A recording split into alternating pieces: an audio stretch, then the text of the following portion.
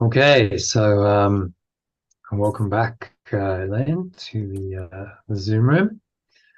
Great to have you here. So let's dive into our teaching for today, the email, and it'll lead us into our lesson.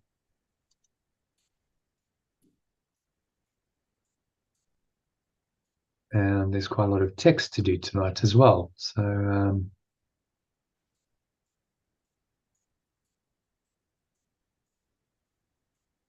let me share my screen with you.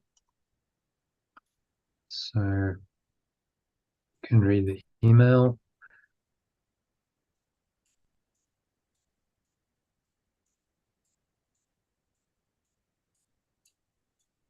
All right, so you can read that headline quote. We are more alike than different. In truth, we are one. Yeah, great quote by, don't even ask me to pronounce that. Sybil Kibitz. Obviously. Sybil Kibitz, something like that. Wow. Efrat Sybil Kibitz, illustrator, painter, photographer, and artist of Czech, Polish, German, and Colombian descent. That's the very simple truth. Despite all the apparent differences between people, we are really one, the same fundamental awareness that is the essence of life itself. If this is true, then no apparent differences of any kind between people.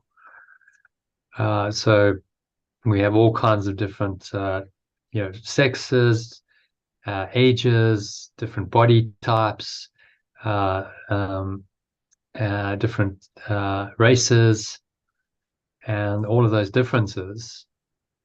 And none of the difference being the separate forms of life. We have all these different species, animals, plants. None of that is true. It's all part of the construct of the ego based on the idea of separation. So therefore, perceiving these differences and responding to them as though they are already there must be delusional and reinforce the false belief in separation that miscreated these seemingly different forms of life to start with.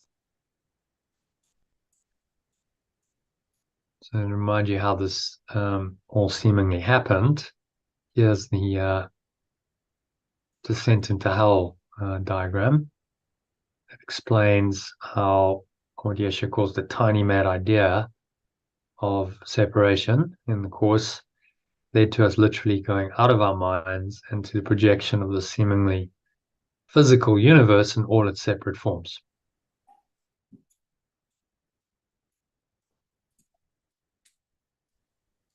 Outside the mind.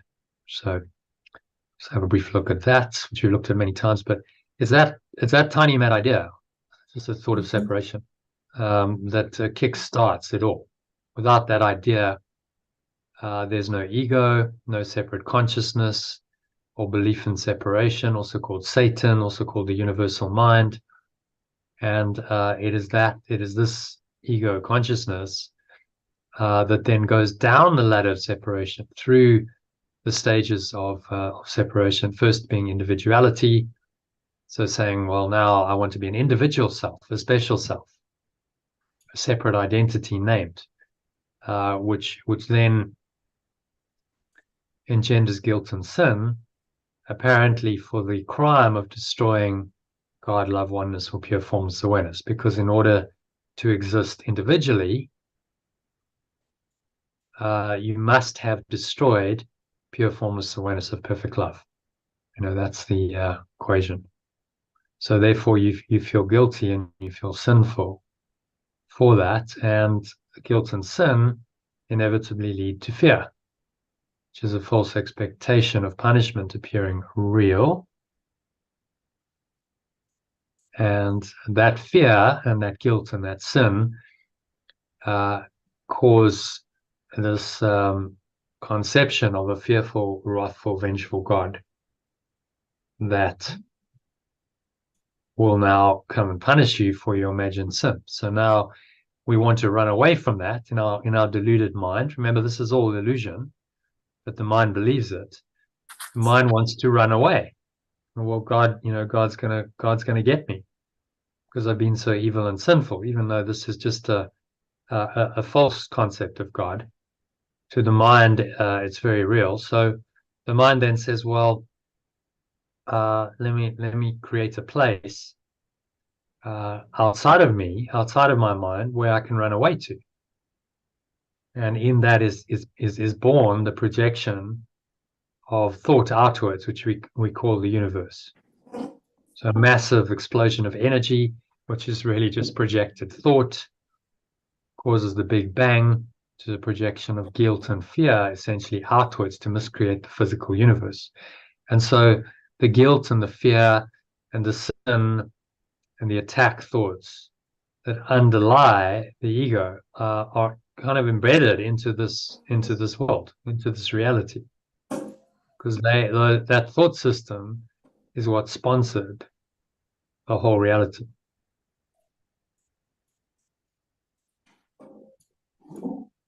And so once you've done that and you've split it out and you've fragmented now into all these different parts, which incarnate into separate forms of matter and energy that populate the universe. So various animals, plants, human beings, and so on, seemingly separate and having their own form, their own genetic structure, etc., their own morphic field, as Rupert Sheldrake calls it. Each one is connected via a collective consciousness or morphic field that is unique to that species. So all of this is now going on in the mind, but in a domain of the mind that Yeshua calls the ego, a domain that believes in the reality of separation and all of its consequences, which eventually lead you to the victim. So the fear and the guilt lead to a constant pattern of accusation, blame, and attack of God, of other humans and separate life forms. Because if we feel guilty, we're going to seek to project that guilt onto others. And the projection of guilt we call blame and attack. Accusation, blame, and attack are projections of guilt. So projecting this guilt outwards onto others. This becomes an increasingly vicious circle, because as you do that, they tend to attack back. So you get cycle of guilt, fear, and attack as a projection of the guilt. And you live in the ABC of the ego: accusation, blame, and counterattack. Or complaint could also be the C. And then the individuals who have, remember, done this all to themselves, but they don't know it, believe they are victims of an unfair world, and live a helpless, innovative life of limitation, lack, loneliness, and suffering before their bodies die. And this is the ego as well. This is what we need to transcend. Sorry, I'm in the right one. So while your mind is seemingly attached to one of these forms, like your body, any form in this world, and it can perceive other seemingly separate forms of life through the body's senses, and how we perceive these seeming others is determined by and reinforces our belief in separation, which is the ego, or our awareness of oneness, another name for which is perfect love. So pure formless awareness of perfect love. And this is why Yeshua focuses on helping us to correct our perceptions of the seemingly separate forms in this world. And when we genuinely change our perception of anyone or any situation, We must also change our emotions, thoughts, beliefs, and the fundamental desire about who we want to be, because these underlie all perception, which is quite well illustrated in this diagram. The Instrument for Peace worksheet I've given you. So you can see there that perception is underpinned by a level of emotion. Emotion is underpinned by thought, and it's all underpinned by belief. What is your fundamental belief about yourself? And that belief comes from a desire or a prayer.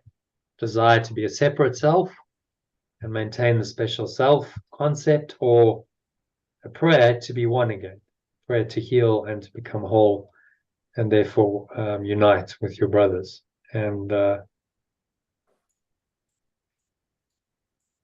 God. So underpinning all perception lies this whole structure. And Yeshua teaches us to work inside out. Start working at these core levels of desire, belief, and undoing those. And the perception will look after itself, because the perception is just the top level. It's a reflection of belief, desire, belief, thought, and emotion. So how do you change perception? You look at it, and then you start letting go of emotions and thoughts that make up that perception. And then as soon as you do that, letting go takes you deeper into the emotional level, and then beyond that into the thought level. And underlying all of that is your fundamental belief about who you are.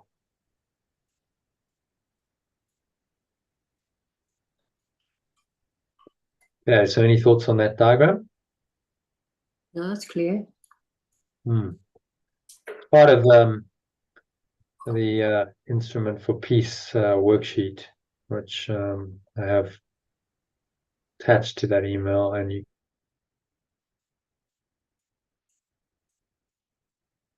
can access it there. So click any of those links, you can see it. So ideas that you fill in A, B, yes, I remember that. A, B, C, D, and E best you can, and then it just populates the whole worksheet, and then you can read through it. Right. Yeah. Yeah, so quite a useful tool. Yeah, I should use that when I get, obviously, when I'm out of this. If you find you're getting triggered and you need a bit of something extra, I keep forgetting about those. Yeah. Yeah. Well, that's why I remind you why we do these sessions, and why some people say, well, it's repetitive. Yeah, but you need to be reminded. Oh yes, it's true. It's true. Get it the first time, and even if you did understand it then, today's another day, and you might well need it. Yeah, you soon forget. Yeah. You might need it, to apply it in a specific situation today. So then being reminded of it is helpful.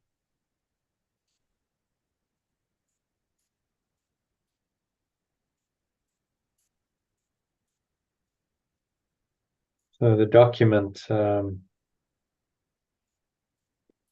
is just a fillable PDF, so you can type into the blank spaces on the first page.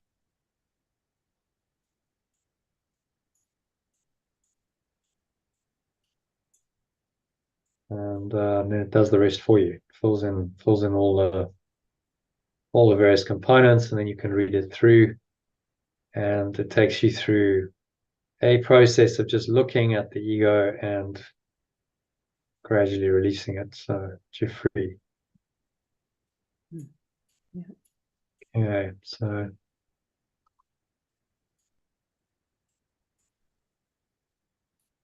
there's a personal life situation that you're struggling to cope with, so it's really a good idea to use it, the worksheet. Another good tool is the 10-step letting go process. Yeah. John said he used it the other day. Yes, it's just using it. Yeah, no, it's a good thing. And he actually does it in writing, so he actually, types it Makes out. it more concrete, yeah. Oh. So that's another tool. Mm-hmm. And it's all about helping you to change your distorted perception.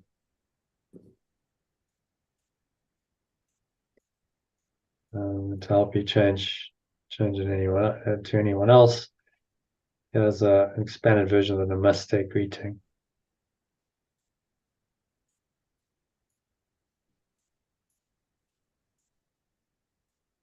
So if you want to read that, Namaste is Sanskrit.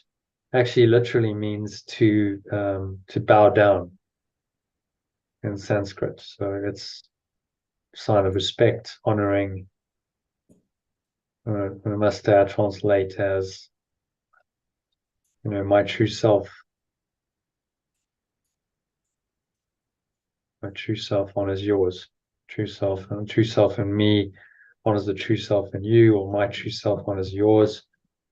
Which is what this little poem says. So if you read that, Elaine, Namaste.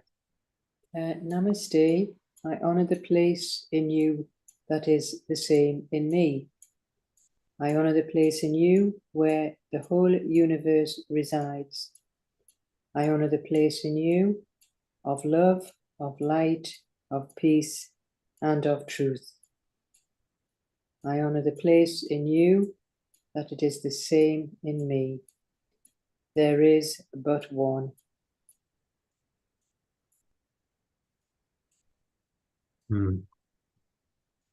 So the greeting really encompasses this idea of unity. When you say Namaste, it's like I see the light in you. I see the same essence that is in me and you. Yeah, it's nice. I do like that phrase, Namaste. Yeah, so it's a lovely way to greet someone. Yeah. Namaste. The light in me honors the light in you. I see you, really. In Avatar, did you ever watch the movie Avatar? I haven't, no, I haven't. So they have this native tribe and they have something similar. The greeting is, I see you. And then she's trying to, his teacher is one of the ladies in the tribe is teaching him, saying,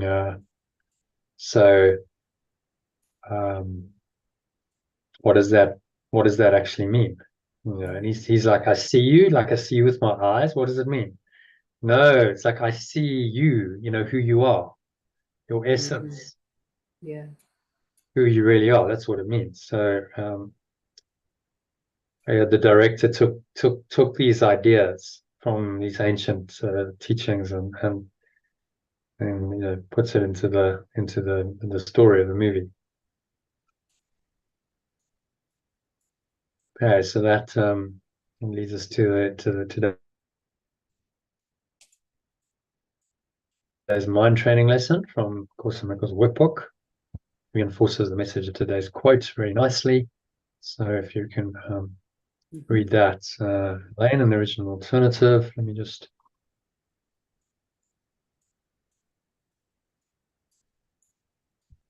another recording. May as well bring up. See, let's bring it up in. Okay, so we're going to change it. Lesson 262. All right, so you can read it in the original and the alternative, please. Let me perceive no differences today. I perceive no differences today. Now, I just think I've got the wrong audio here. So let me do that. Is it? Okay, so we'll just scan that.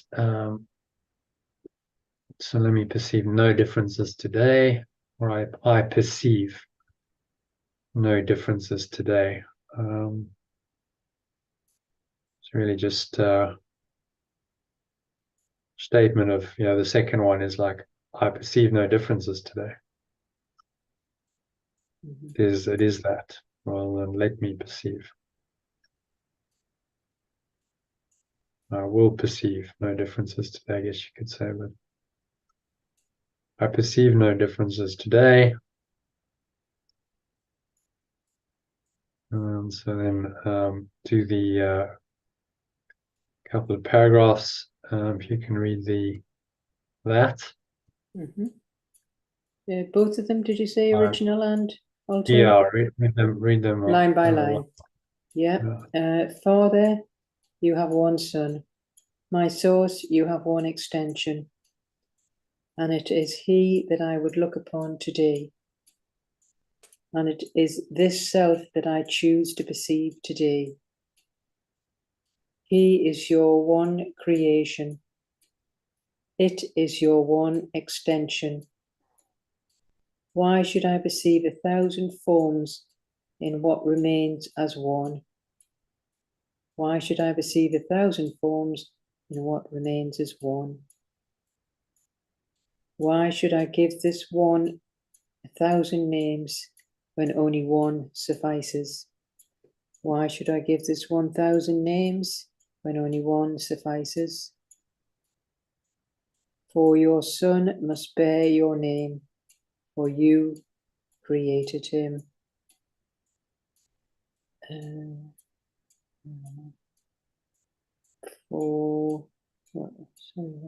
me change that. Must be the same as you. For your extension must bear your name, must have your identity. I think I'll translate that as. Yeah. Extension must have your identity because you extend it. Yes, for your extension must have your identity because you extended it. Let me not see him as a stranger to his father, nor as a stranger to myself. I will not perceive anyone as a stranger to their source, nor as a stranger to myself. For he is part of me, and I of him, and we are part of you who are our source, eternally united in your love, eternally the Holy Son of God. For they are part of me, and I of them, and we are part of you who are our source, eternally united in your love, eternally the instant extension of perfect love.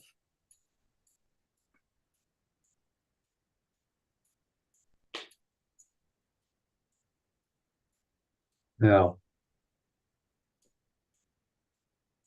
so what is the, just read that from the top and the alternative. My source, you have one extension, and 'tis this self that I choose to perceive today. It is your one extension. Why should I perceive 1,000 forms in what remains as one? Why should I give this one 1,000 names when only one suffices? For your extension must have your identity because you extended it. I will not perceive anyone as a stranger to their souls, nor as a stranger to myself. For they are part of me, and I of them, and we are part of you, who are our source, eternally united in your love, eternally the innocent extension of perfect love.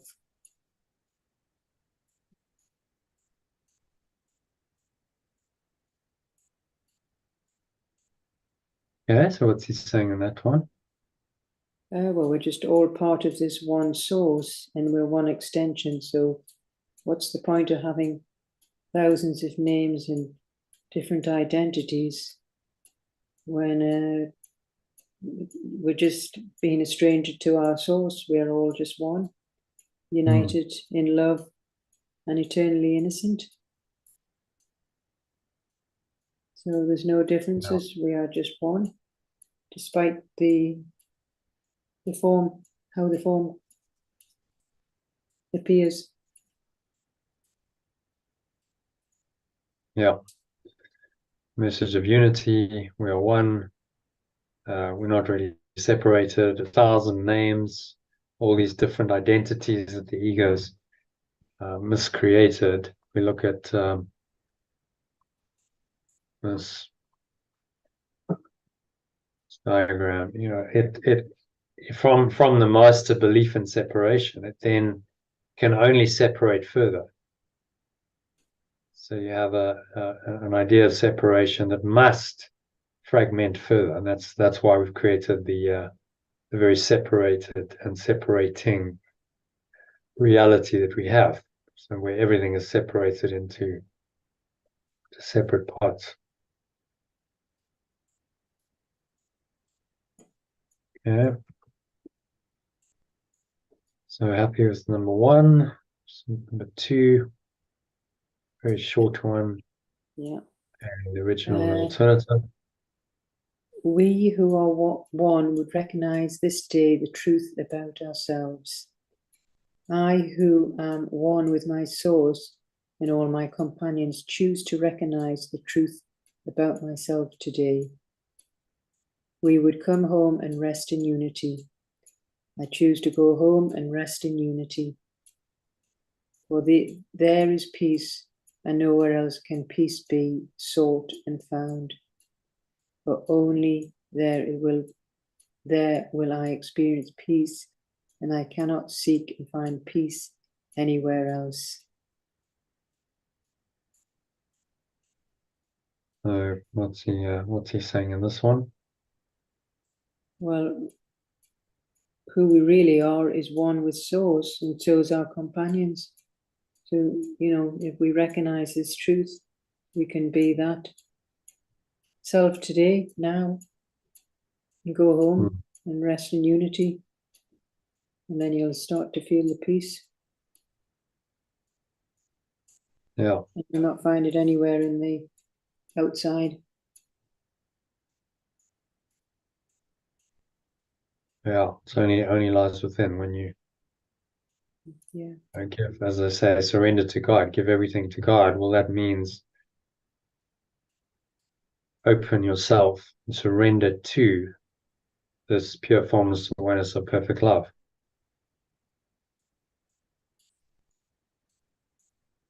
Which completely transcends this world.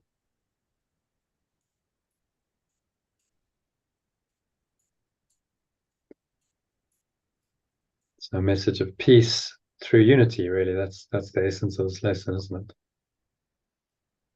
Finding peace in the union.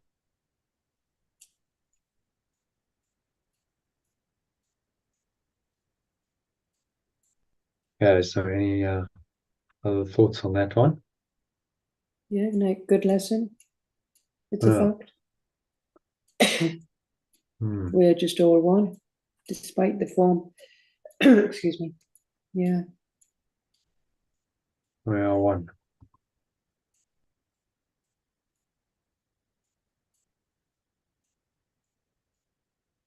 Okay, so we can do a meditation now. We can go straight into the We'll go into the text, yeah. Go into the text and then the meditation, yeah. Probably not going to have time because it's 17 paragraphs. Oh, but, yes, and that John joins. Yeah, he might join later, hopefully. Yeah. All right. In fact, if you don't mind, send him a message. Okay, yeah, shall I send him a message? Yeah. Let's say, yeah, 17 paragraph monster. Help. Yes, help. Yeah, absolutely. Right, I'll send a message now. Yeah. I'll do that. Okay, so let's have a look then at the text when you do that. Yeah. There's an insert as well. What is the body? But okay, right. So I'll just. You want to do that? Have you looked at the insert on what is the body? It's 5 paragraphs. Do you want to look at that quickly? Oh yeah, I was just going to send that message to.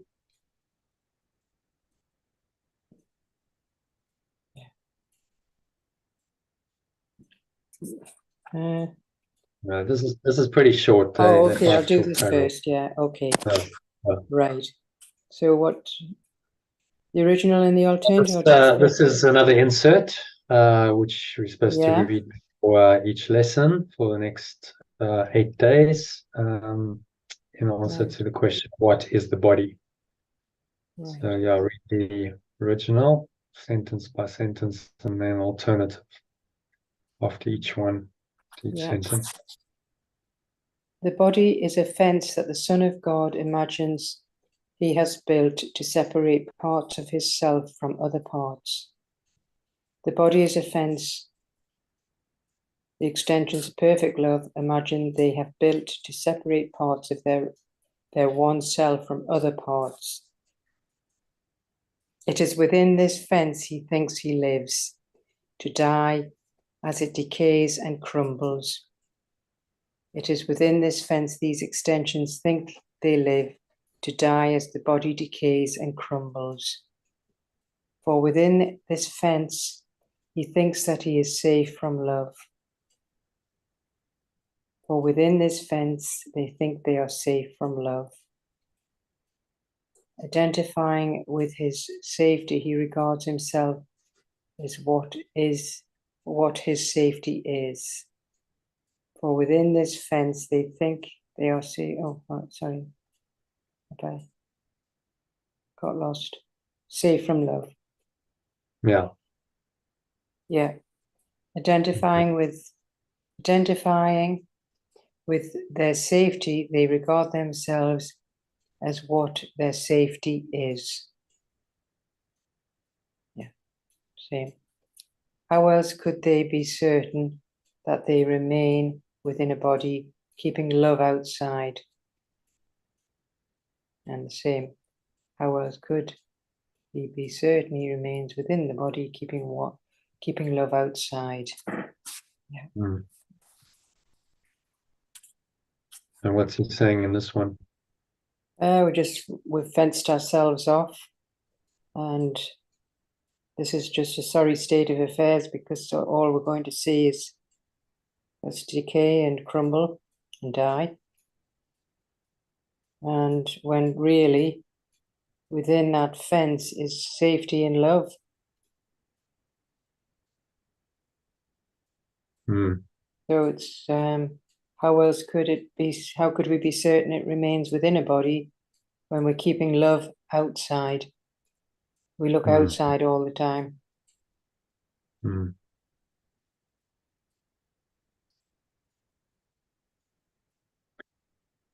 Yeah, so a very nice, well, not nice, but it's a very accurate description of what the body is. Mm. But it's a fence, designed to separate us from others. We think we are it, so it's all a very fearful reality because it decays and crumbles. Yeah. It's aging all the time.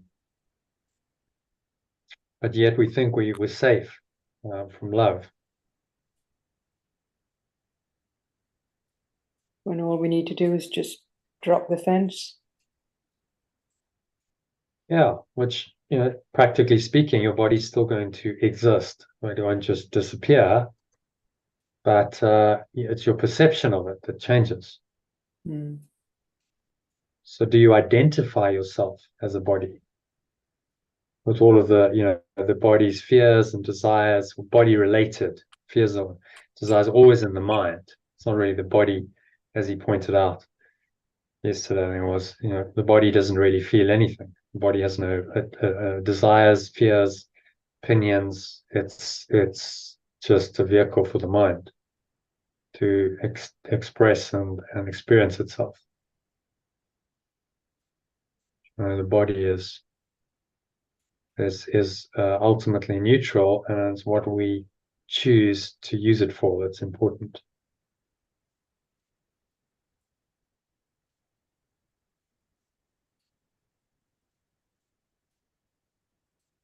Okay, so any other comments on number one? No, that's good. Yeah, that's good. Yeah, so number two.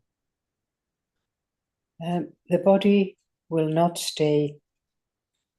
Their bodies will not remain. Yet this he sees as double safety. Yet this they perceive as double safety. For the Son of God's impermanence is proof his fences work and do the task his mind assigns to them. For the extensions of perfect love's impermanence is proof their fences work and do the task their mind assigns to them. For if this oneness still remained untouched, who could attack and who could be attacked? For if this oneness still remains untouched, who could attack and who could be attacked? Who could be victor? Who could be victor? Who could be his prey? Who could be their prey? Who could be victim? Who could be a victim? Who the murderer? Who could the murderer be? And if he did not die, what proof is there that God's eternal Son can be destroyed? And if they did not die, what proof would there be that perfect love's eternal extension can be destroyed?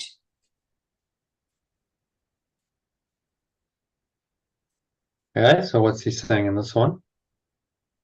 Well, bodies won't remain. I don't know what they mean by the double safety. What's that yet? This they perceive as double safety. Yeah, so let's look at what he's saying. Extensions of perfect love's impermanence is proof the fences work and do the task their mind assigns to them. So the double safety is that you're not just you're not just safe from love in the body. So that's the first kind of defense. But extension of perfect love's impermanence, right? So we're safe from love in the body because we seem to have form. Love is formless. Yeah. So we seem to have form. We seem to be separate from each other, which seems to deny love because love is oneness, and the body testifies to separation. First level of defense. The next level is that the extensions of perfect, the impermanence of the body is, quote, proof that our fences work and do the task that our mind assigns to them. So the body is impermanent, but we go, well, because it's impermanent and death will come. Yeah, definitely we must be separate. How can we be pure formless awareness of perfect love and in eternal bliss when the body is aging, getting sick and dying? And so it's the impermanence is a second defense for the ego. It keeps it separated from its source.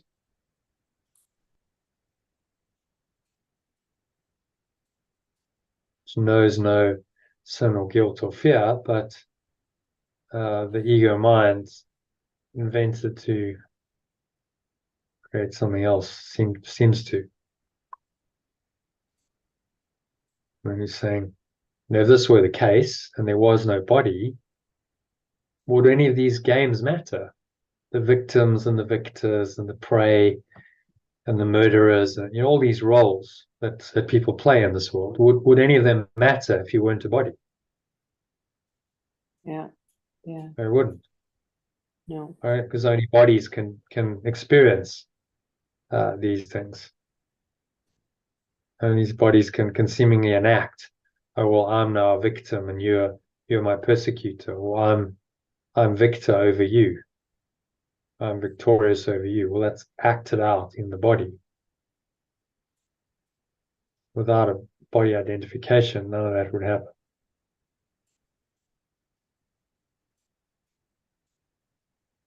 Okay, any thoughts on number 2? No, that's good. Yeah, that's what, yeah. Okay, number 3, not much to change there, so just read in the alternative. The body is a dream. Like other dreams, it sometimes seems to picture happiness, but can quite suddenly revert to fear, where every dream is born. For only love extends in truth, and truth can never fear. Made to be fearful, the body must serve the purpose given it, but I can change the purpose that the body will obey by changing what I think it is for.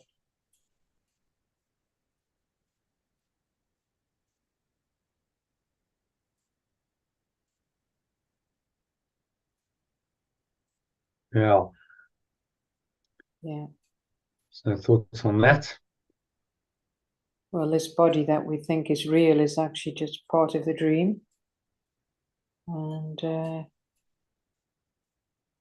real picture is, the truth is that it never fears.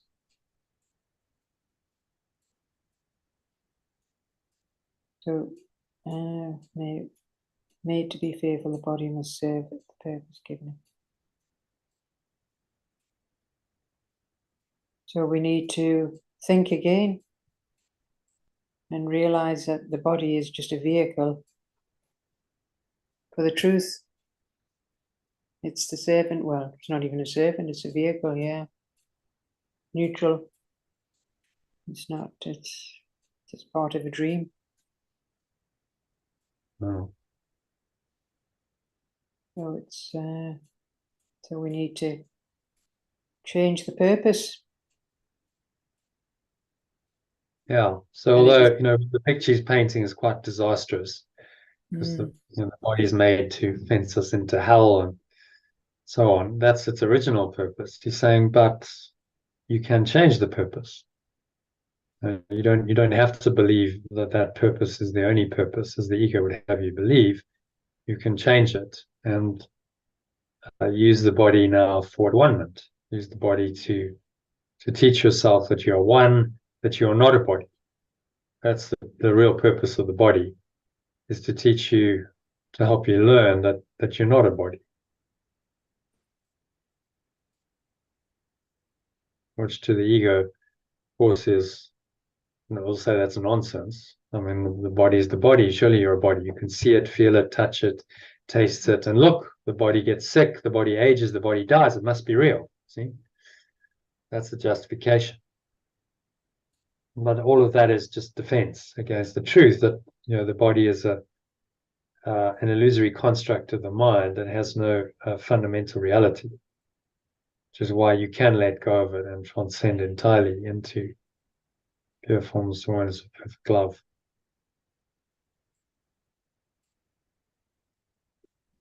All right.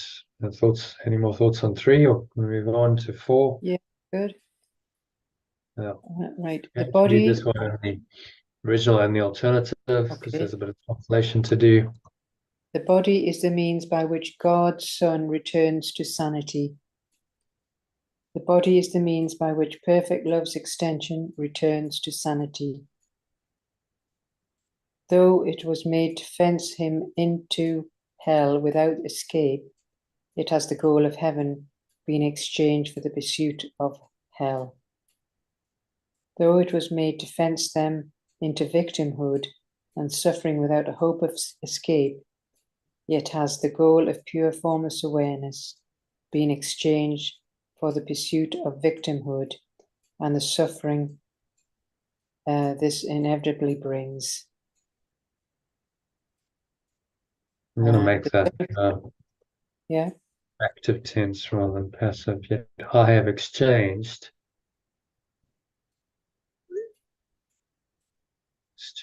the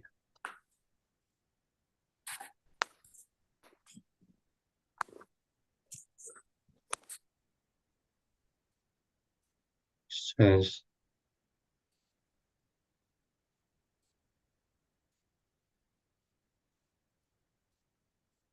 pursuit of victimhood and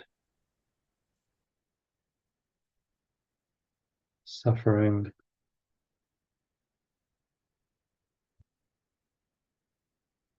Or pure formless awareness.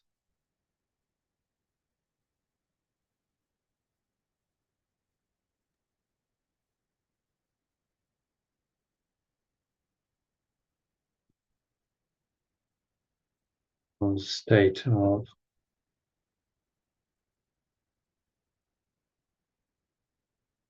state and pure formless awareness.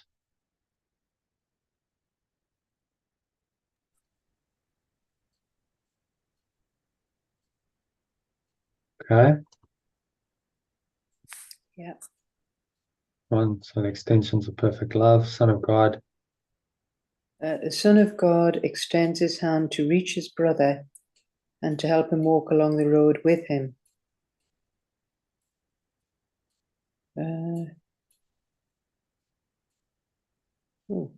Three there. Yeah, the extension, yeah. The extensions of perfect love extend their awareness to reach and help each other walk the path of awakening. Now is the body holy. Now is the body innocent. Now it serves to heal the mind that it was made to kill. Now it serves to heal the mind that it was made to kill.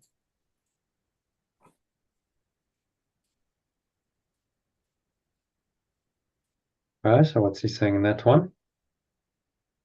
So the body's really the means for perfect love's extension to return to sanity rather than insanity, even though it was made to fence them into victimhood and suffering without any hope of escape.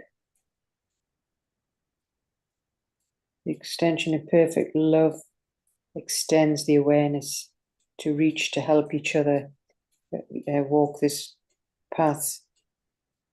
Because now after that, the body is innocent. And then it starts to serve and heal the mind. Rather than the opposite and made to kill, it's now there to awaken and to be its true innocent self.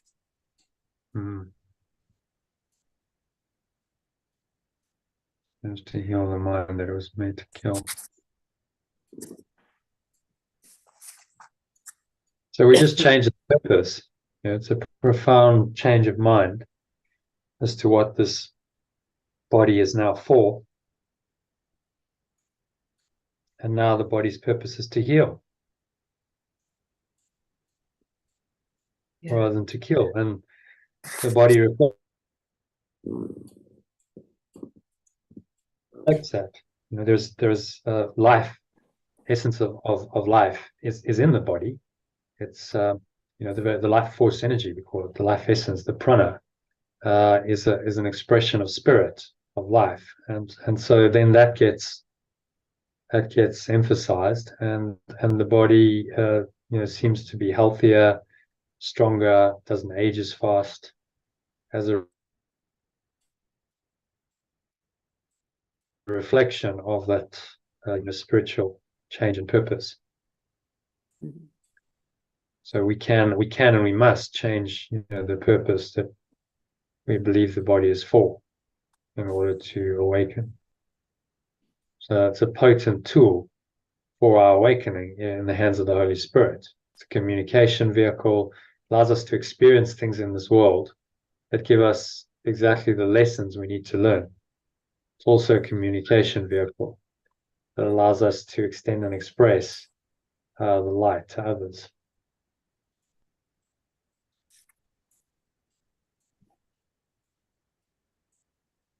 All right, so happy to move to number 5. Yeah. Both, or just the alternative? Both? Nothing much to change there, so you'll just read the alternative. Right. I will identify with what I think will make me safe. Whatever it may be, I will believe that it is one with me. My safety lies in truth and not in lies. Love is my safety.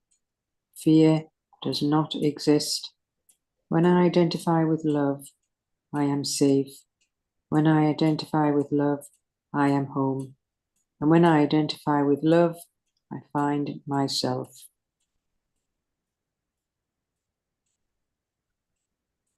Okay. So thoughts on that? Very nice sort of paragraph giving you the truth. You have a choice. Our safety is in the truth and not in lies. And it is love that's our safety, which we know. And in that, when you're in that state, then there's no fear. Hmm. So once we're in that identity of love, we're safe and we're back home. And we find ourselves finally. Hmm.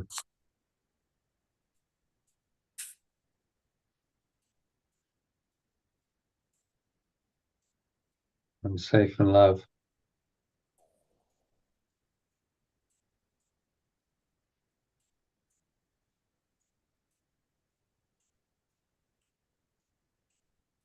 So my safety lies not in body identification, but in my change of mind about the body. It's really what he's saying. Although the body is, was made as an expression of the idea of separation and defense against the truth, we can reinterpret it and can be a very useful vehicle for learning the at-one-ment.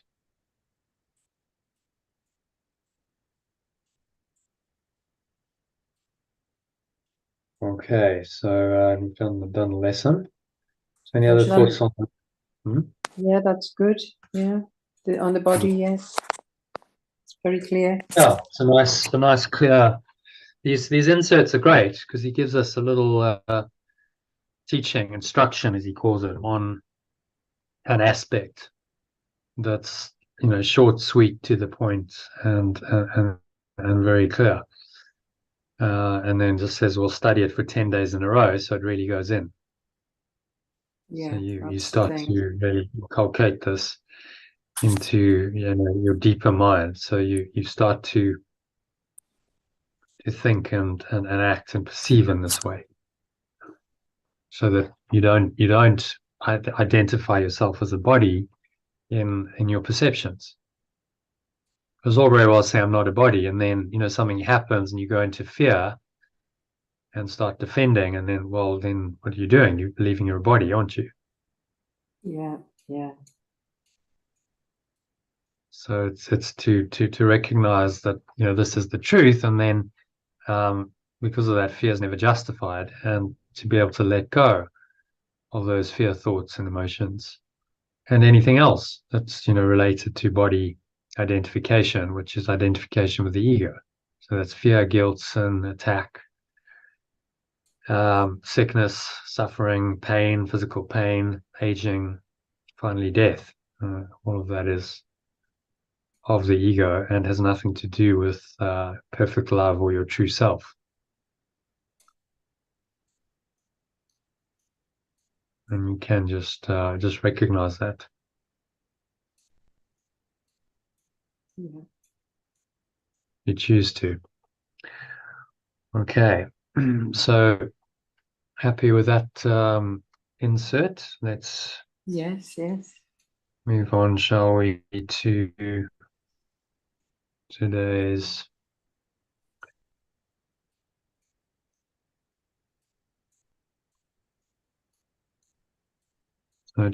text reading.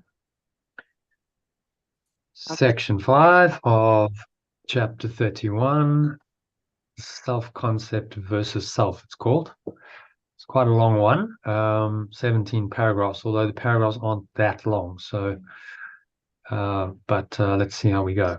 Said you've got till past, right? So we've got another, or quarter past, so we've got another hour and a half or so. Yeah. All right. So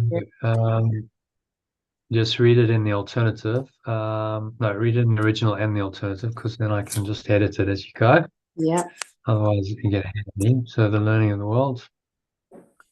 The learning of the world is built upon concept of the self adjusted to the world's reality. The learning of the world is built upon a concept of myself adjusted to the world's reality. It fits it well. And the same. For this, an image is that suits a world of shadows and illusions. For this is an image that suits a world of shadows and illusions. Here it walks at home, where what it sees is one with it. Here I walk at home, where what I perceived is one with me. The building, yeah. Just pause there, just need to fix this. So let's say here, where I perceive, here where what I perceive is one with me.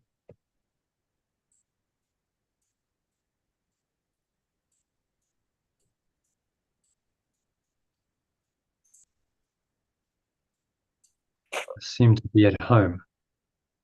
So remember, it's not our true home, but it's an illusory home. So I perceive is one with me. I seem to be at home. And this is what the false self, the ego self, has done. It's created an illusion of itself. It's projected that out into the world, created an illusory world, and then has created, and then the world is designed just to perpetuate that illusion. That's what it's all for. Okay, so number 5, the building of a concept. Yeah, the building of a concept of the self is what the learning of the world is for. The building of a concept of self is what the learning of the world is for.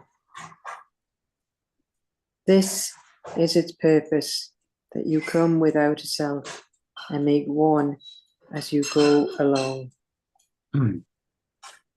This is its purpose, that I come without a self and make one as I go along.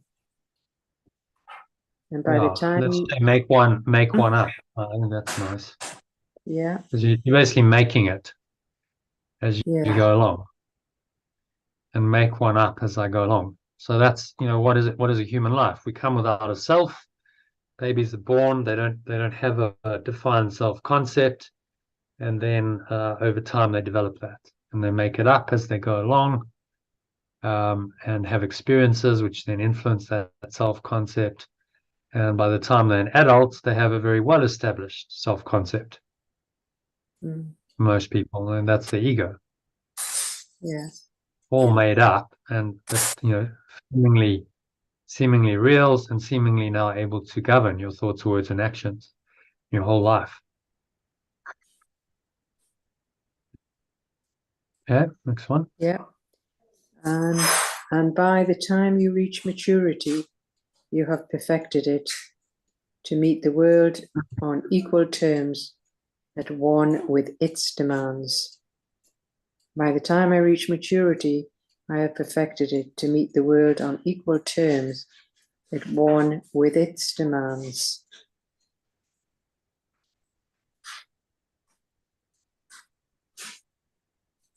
At one with its demands, equal terms.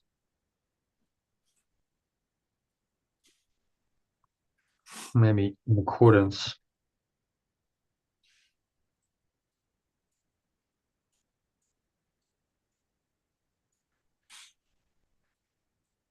And so, we just reflect on that and go, well, yeah, that is kind of how it works, isn't it? We build a self-concept, we make it up as we go along. That develops. When we're children, it's not that well developed, but as we go along, time we adults, we all have a self-concept. Maturity, as he says, I perfected it to meet the world on equal terms in accordance with its demands. So we have a self-concept that seemingly helps us in the world, that helps us to survive, first of all. So the self-concept is all about, it's self-protection, survival. So we develop strategies to do that. We try and find love, so we seek for special love. We try and find security in things like jobs and money and social status and so on. And all of that is in accordance with the world's demands. We adapt ourselves to the world's demands. That's what most people do, don't they? And then their self-concept is then molded by the world, and they wonder why they struggle to feel, authentic and why something's missing. Because that whole self-concept is based on an illusion. The world's an illusion. The self-concept's an illusion. So now you're just caught up in illusions and dreams, and you're trying to find some kind of lasting satisfaction in dreams. And of course, they can't provide that because they're not lasting themselves. They're not eternal. Can't expect the eternal from that which is not eternal.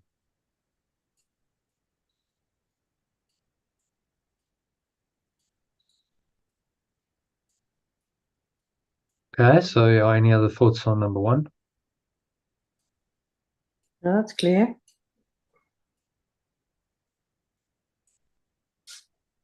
Okay. Number two. Concept of the self is made for you. The concept of the self is made by me. It bears no like. A self-concept. The self-concept of this self-concept is made for me. Yeah. Made by me. It bears no likeness to yourself at all. It bears no likeness to myself at all. Yeah, let's say to my true self at all. Yeah.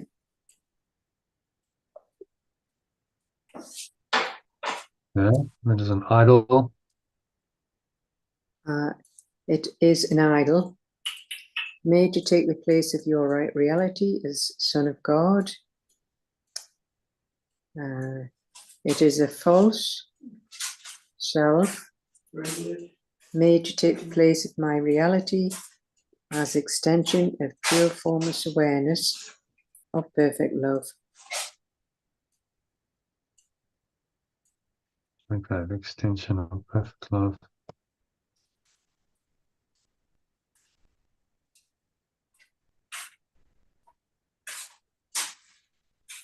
The concept of the self the world would teach is not the thing that it appears to be. The concept of the self the world teaches is not the thing that it appears to be. For it is made to serve. For it is made to serve two purposes, but one of which the mind can recognize. For it is made to serve two purposes, only one of which the mind can recognize. You need for the perfect football trip in your team, training, fit.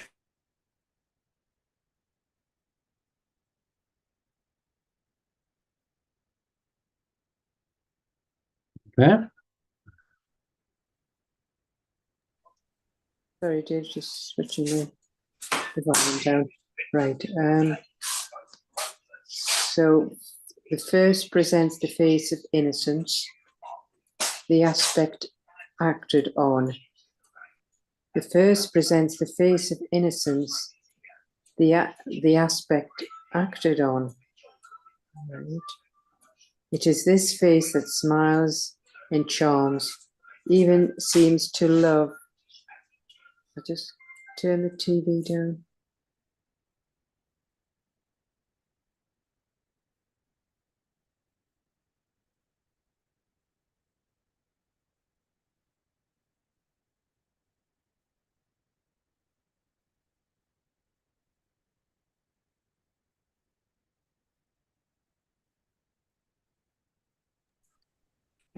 So it is this face that smiles and charms and even seems to love.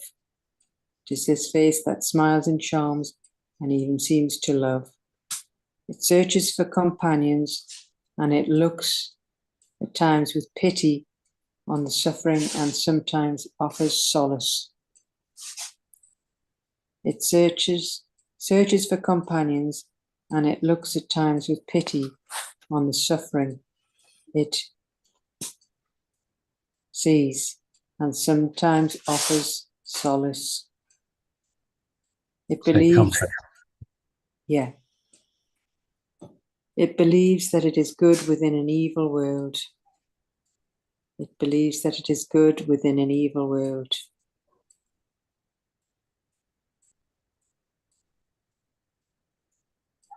So what is he saying? This one? Yeah. This self-concept that we've made is the opposite to the true self. It's a false self. It's a concept of self the world has taught us and how it appears to be. But it serves two purposes, and only one of them the mind really recognizes. This is why we feel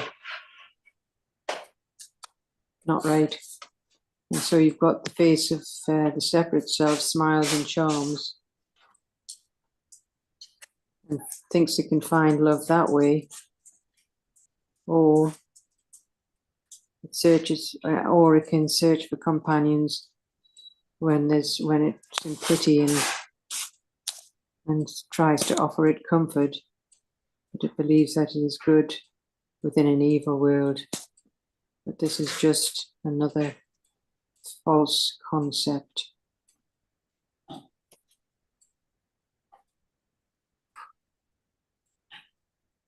Yeah. So often people will go, it's a terrible world, and I think I'm good within an evil world, and I'm trying my best.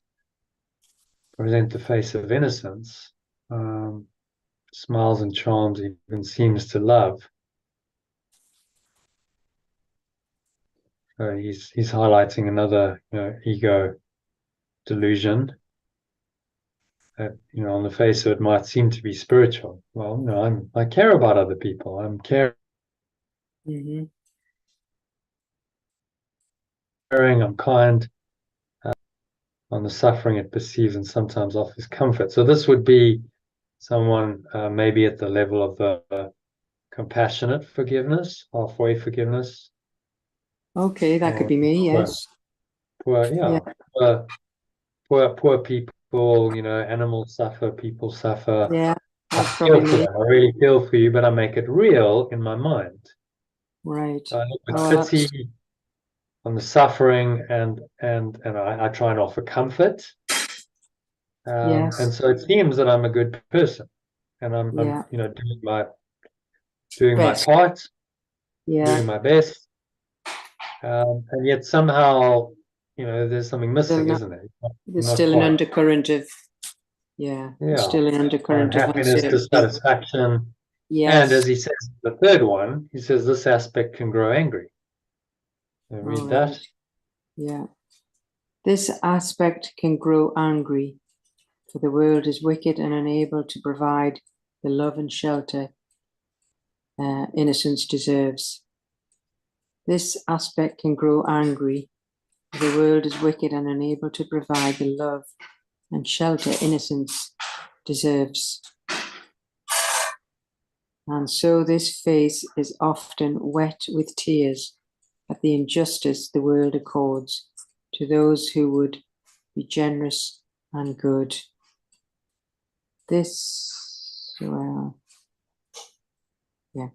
And so this identity is often wet with tears at the injustice of the world accords to those who would be generous and good. This aspect never makes the first attack. This aspect never makes the first attack. But every day, 100 little things make small assaults upon its innocent, provoking it to irritation and at last to open insult and abuse. But every day 100 little things make smaller assaults upon its innocence, provoking it into irritation, and at last to open insult and abuse. Open insult, I don't know what that means. And at last to open insult and abuse. There's lots of clattering going on in the background there, right? Oh, it's Dave. Yeah. Need to going somewhere else.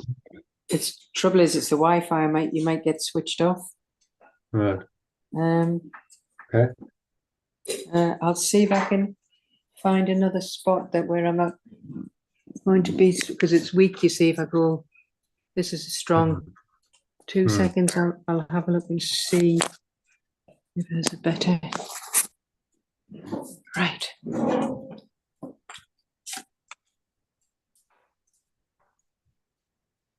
See, you get a bit of internet at the stairs, but it's just not as strong. Right. Let's try that. So what is he? He's just having. Right. But you.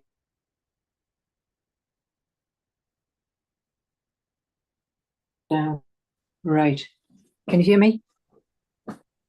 No. Yeah, can hear you. Oh, you can? Right, okay. Yeah. So what is he saying in number 3?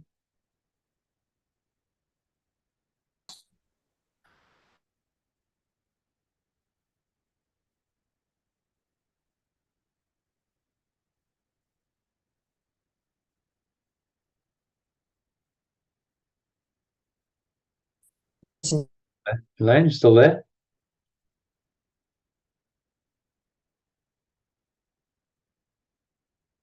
Oh, okay, you've disappeared.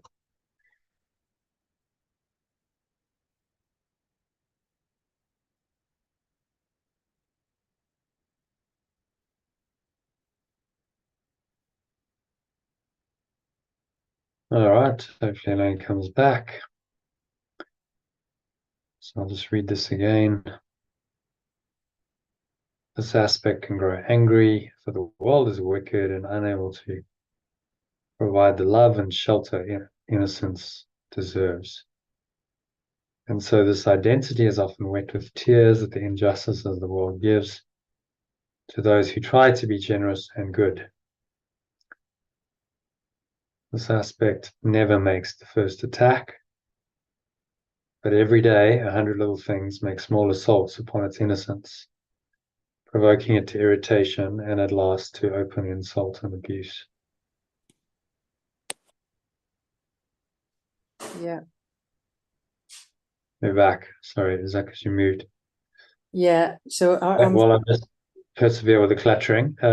Yeah, unless you yeah. stop. It's just 10 minutes, and then I can go back once the clattering stopped. I'm on the stairs. I've moved to the stairs, so I'm all right now. Yeah. Okay. So what's he saying on number 3? Well, after all this sort of love and kindness through the ego separate self, and you start to get a bit fed up with it and get angry, and the tears start to roll. So divinity is often sad at the injustices the world gives to those. And so, yeah, it's quite common, and you probably resonate with what he's saying. Yeah, I do. The world's a cruel place, and people suffer, and I feel bad, and yet every day 100 little things make small assaults upon its innocence, and attack can seem to be justified. Yeah. Just look at what that person has done and said, and anger and attack are still possible because the problem is you've made it real. Yeah. As soon as you make it real,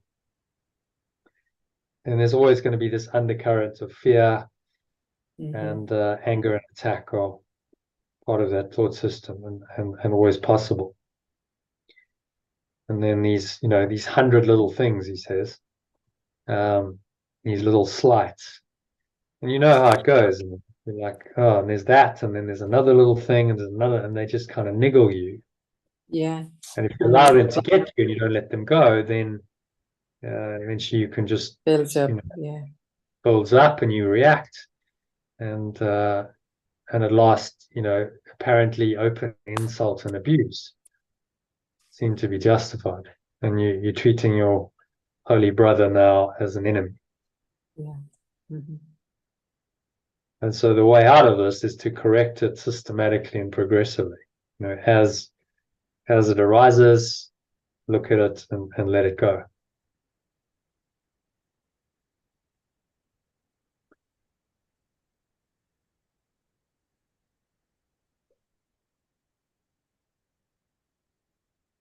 Okay.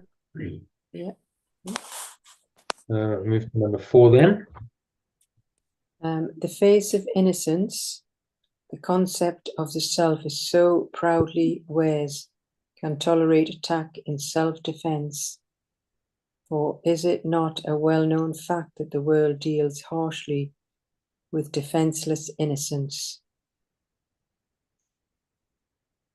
The face of innocence, the concept of the self so proudly wears, can tolerate attack in self-defense. For is it not a well-known fact the world deals harshly with defenseless innocence?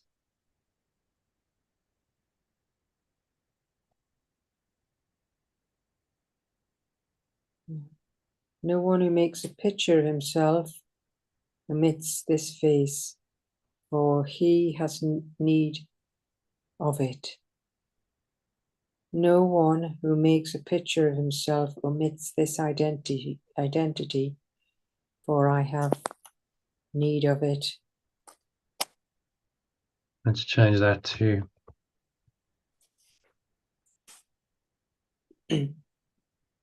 everyone who makes a picture of himself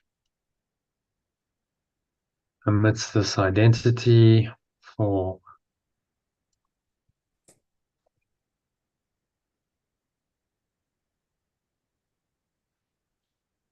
self includes everyone who makes a picture of themselves incorporates, shall we say, incorporates this identity, for they need it.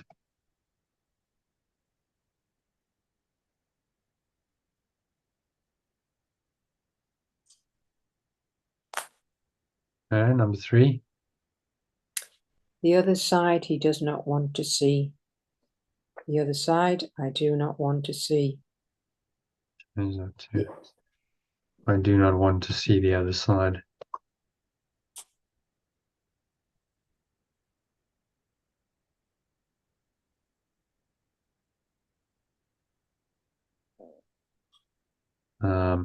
The other side of this.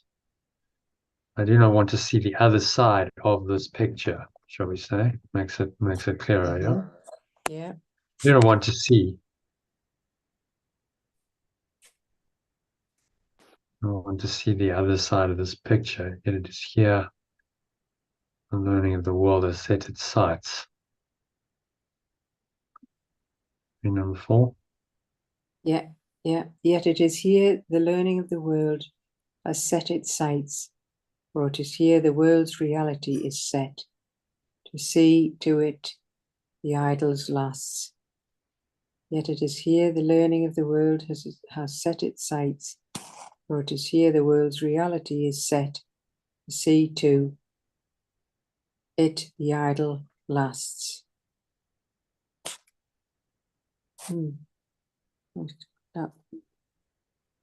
Not sure of number 4, what that means. Yet it is here the learning of the world has set its sights, for it is here the world's reality is set. To see to the idols, to it the idols lust. So just meaning that we're just relying on idols, and through that we're never going to see the truth Set to see to it the idle last, the false self, really. That's what he's talking about. Yeah, the world's quote reality is set to ensure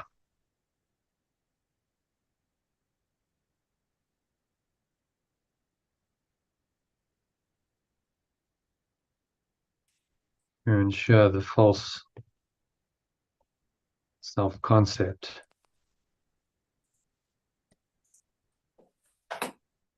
I'll set its sights when it's here, the world's reality is set to ensure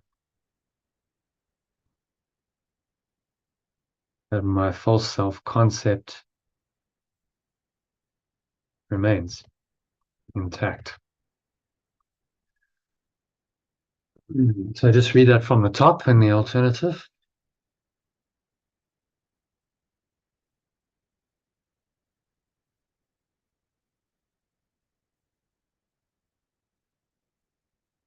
Elaine, you go on.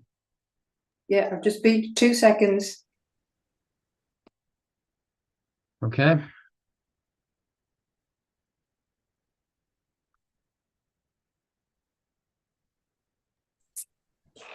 The identity of innocence, the concept of the self, so proudly wears, can tolerate attack in self-defense, for it is not a well-known fact. The world deals harshly with defenseless innocence. Everyone who makes a picture of themselves incorporates this identity, for they need it. I do not want to see the other side of this picture, yet it is here the learning of the world has set its sights, for it is here the world's reality is set to ensure that my self-concept remains intact. The world's reality was made, shall we say? The world's reality, what is here, the world's reality was made to ensure that my whole self-concept remains intact. Okay, so what's he saying in this one? Just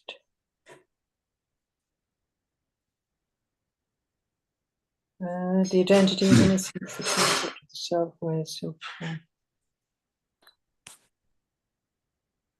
just that first one again, that's a bit ambiguous. First sentence. Yeah. The identity of innocence, the concept of the self wears so proudly, can tolerate attack in self-defense. Where is it not well-known fact the world deals harshly with defenseless innocence?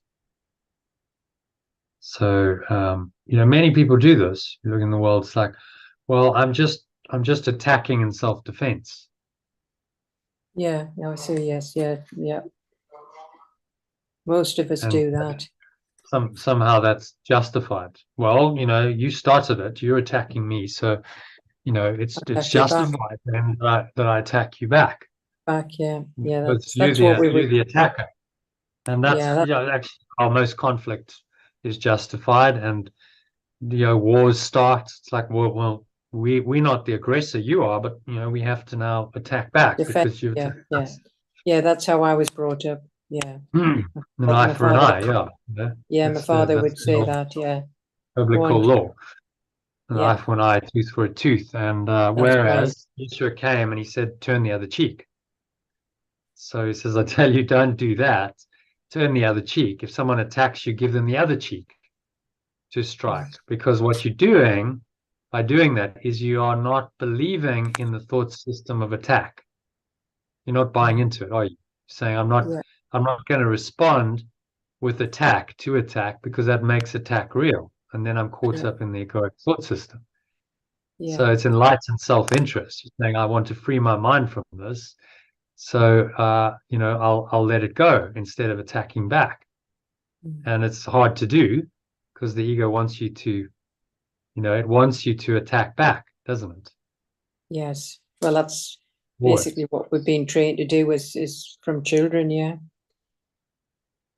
Yeah. It's From our the conditioning parents of our and minds, our yeah, upbringing, our society. There's very few parents who will, teach a child to forgive. So whatever, no, whatever not many. happens, you must let it go. You must forgive, turn the other cheek. It doesn't generally, the world's thought system is the opposite of that. That's right. Well, if someone attacks you, then Have some, you're yeah, quite have some entitled to, backbone.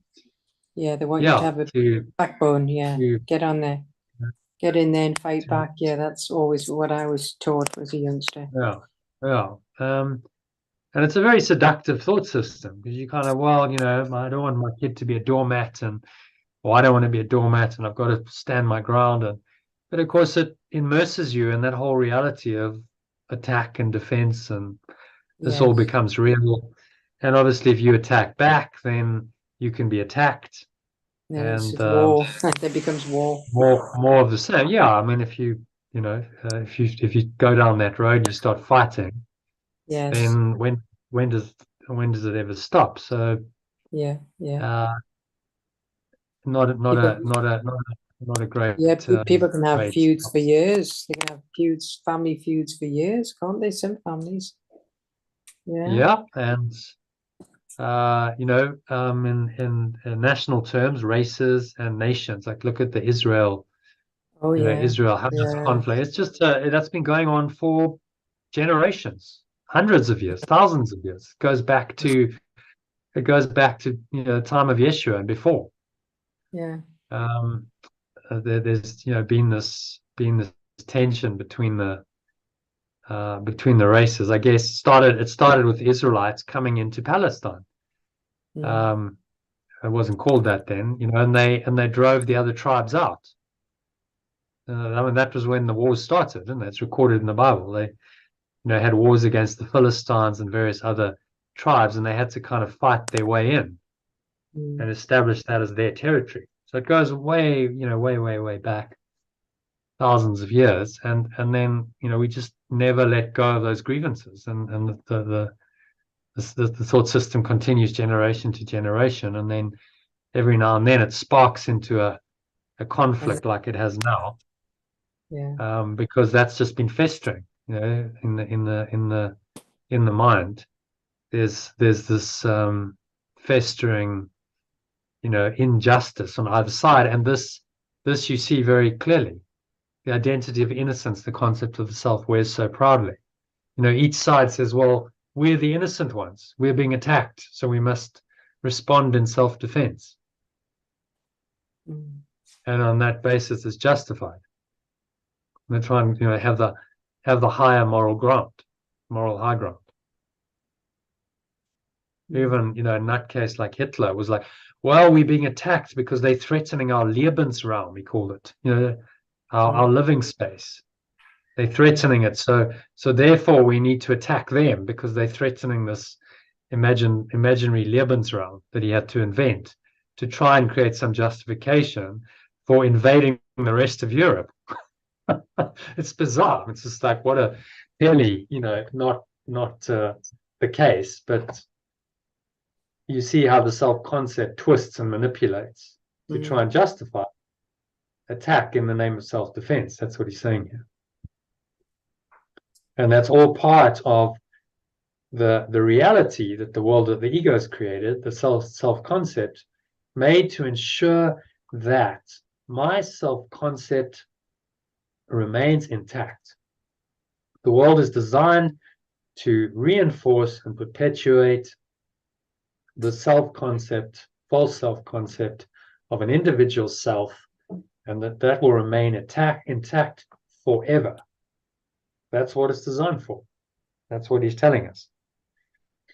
So don't expect anything else from the world than that, because that's what it's designed to do. Yeah. You can reinterpret it, and you can let go of that interpretation in the face of, this insanity. But the world will continue. It continues to try and reinforce the false self-concept.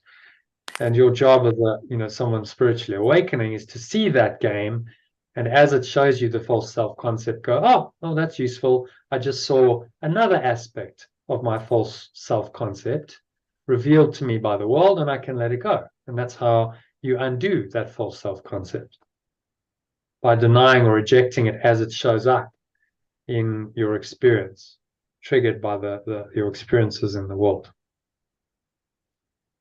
And that's how we free ourselves from the insanity.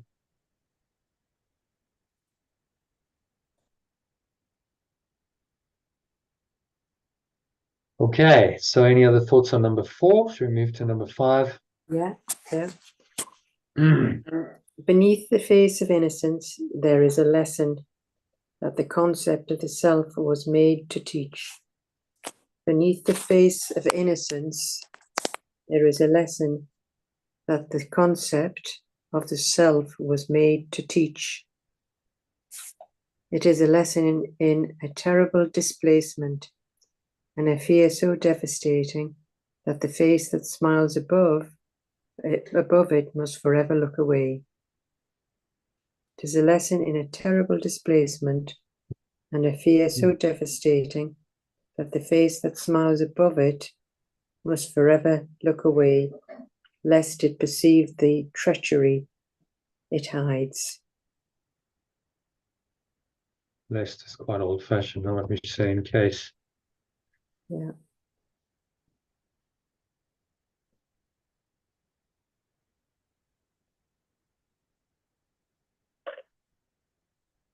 Well, so there's a treachery going on. We don't really want to look at it. You see, this is all self-deception. It's a massive exercise in self-deception, believing in this false self-concept, and in the world that this false self-concept is made. We're just deceiving ourselves. So we must forever look away in case it perceives the treachery it hides, in case we actually see, what the plot is of the ego, which is horrific. I mean, this thing is insane. It's vicious. It's attacking. It's destroying. It wants to kill you. And so we don't. And yet, this is our self-concept that we cherish and we value. So you see the deception inherent there. It's like, well, it's actually a psychopath, and yet you want to believe in it and have it as your identity and your guide in life. And so you have to then deceive yourself about its true nature, don't you? Mm-hmm. You can't see the psychopathy of it.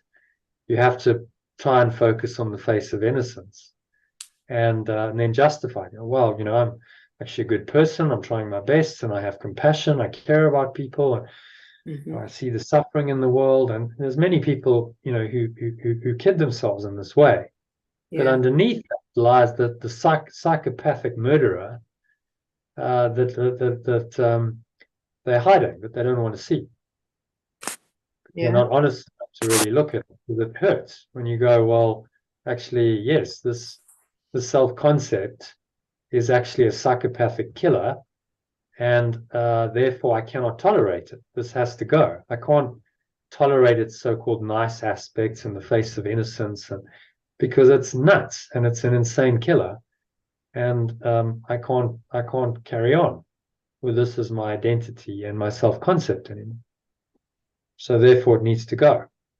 So the ego knows that if we see it for what it really is, anyone in their right mind will go, okay, that's got to go. That's just completely bonkers and insane, and it has no place in my mind. It's got to go.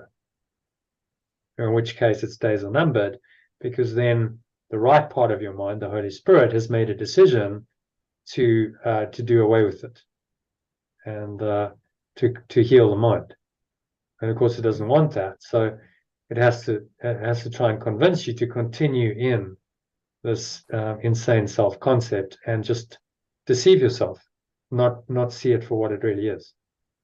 Which is why a big part of his teaching in this course is to reveal it. It's all about revealing the ego, so you can't deceive yourself anymore. So he's telling us exactly what it is and what it does and how it works, so that we have under no illusions. And then he knows that naturally our right mind, the Holy Spirit, will make the right choice to let it go.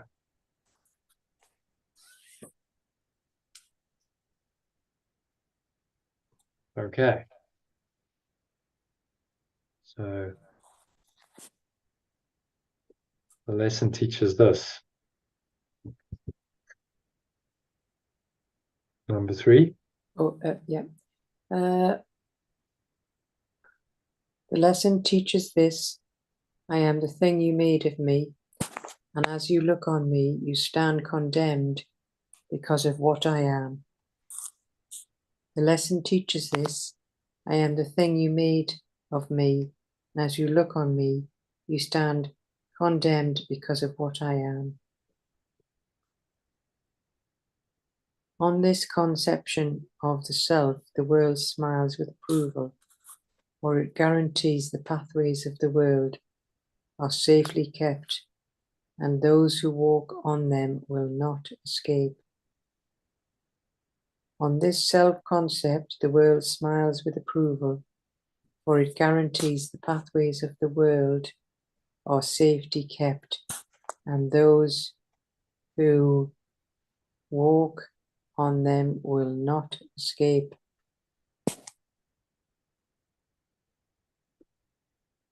Well, smiles was approval on the self-concept. It guarantees the pathways of the world are safely kept.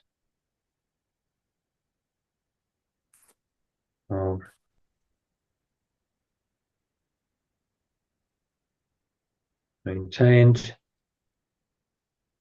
and those who walk on them will never escape.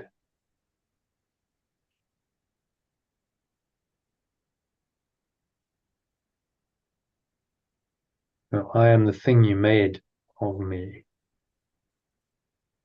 Lesson teaches this: I am the thing you made of me, and as you perceive me, you stand condemned. Thing you made of me. As you look on me, you stand condemned because of what I am. So who's he talking? Who's he addressing here?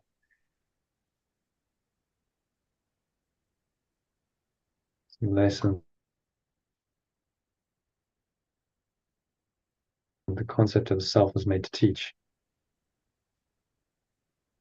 Yeah. So this really, it's this self-concept, the ego, telling you this. I am the thing you made of me. So it's telling you, I am.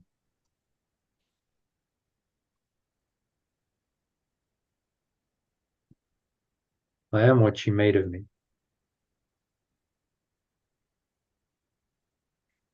Maybe I am what you made me. And as you perceive me,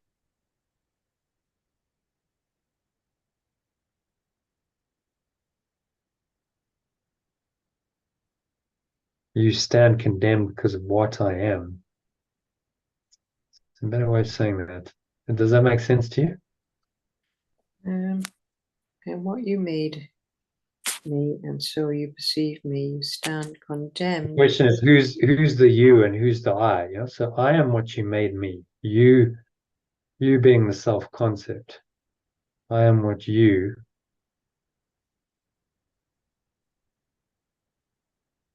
Maybe it just might be helpful to. I am what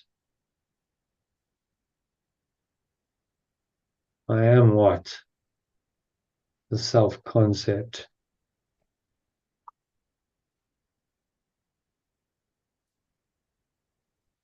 Let's clarify this because I think it needs it. I am what my self-concept made of me, maybe.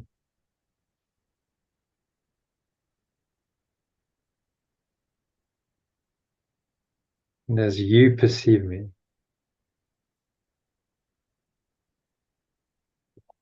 as it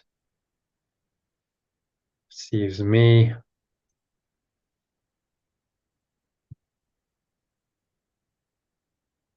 I stand condemned because of what I am. That makes more sense, doesn't it? I am what my self-concept made of me, and yeah, and as it perceives me. It perceives me. The self-concept perceives me. Yeah. I stand condemned because the self-concept says You are a special self. You did sin. You are guilty of this terrible crime, destroying perfect love in order to create this separate self. And now you stand condemned because of what you are. Because you are a separate special self. And this error is this is irrevocable. You've done this. You've destroyed perfect love. You are forever, eternally, this special self. And therefore you must forever stand condemned because of what you now are. And so the bedrock, the foundation of the ego's thought system is this terrible sin and guilt just for existing. You see why you can never save the ego and never convert it into something supposedly positive. Mm. Because at the foundation of it is the guilt and the sin at the destruction of God, love, oneness, pure formless awareness. And so in order to exist, it has to have destroyed pure formless awareness of perfect love. And so underlying its very identity is this deep-seated guilt and sin at what it's done in order to just exist. And this is why you can't save it. Because if it exists in any way, shape, or form, then apparently you have destroyed pure formless awareness of perfect love, and apparently you're guilty and sinful for that, and then you must fear punishment and suffer the punishment accordingly, and the whole system kicks off. It's why you can't compromise. Because if you say, well, a little bit of individuality is okay, that didn't hurt anyone, well, no, you make the ego real, and you make its denial of perfect love and all of the consequences of that, the guilt and the sin, the fear and the attack, and really every negative thought and emotion the ego's ever invented. You make all of that possible and real by allowing the idea of separation into your mind in any way, shape, or form. This is the simple teaching of Yeshua. So you can't compromise. It's this or it's that, and it's an exclusive choice. And while we seem to be here, he's asking us to make that exclusive choice against the ego and accept just pure formless awareness, perfect love back into our minds. And that remembrance of this awareness is the Holy Spirit that will reinterpret every one of our experiences accordingly to bring us back to this true awareness. Okay, does that make sense? Yeah.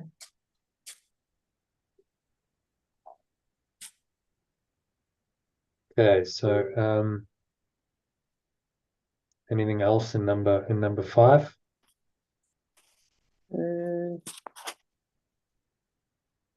World smiles of approval. You want to summarize that in 10 words, maybe? Yeah. Well, beneath all this sweetness and innocence, there's obviously the monster that can cause, well, devastation, and not just literally, it hides under that. And we've made this concept ourselves, and we're condemned for what we think we are. And the world smiles with approval on this self-concept.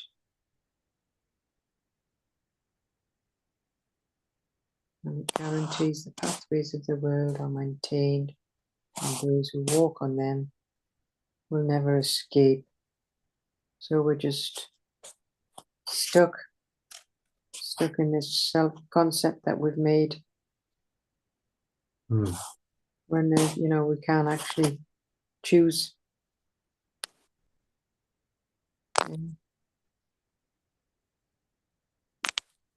Yeah.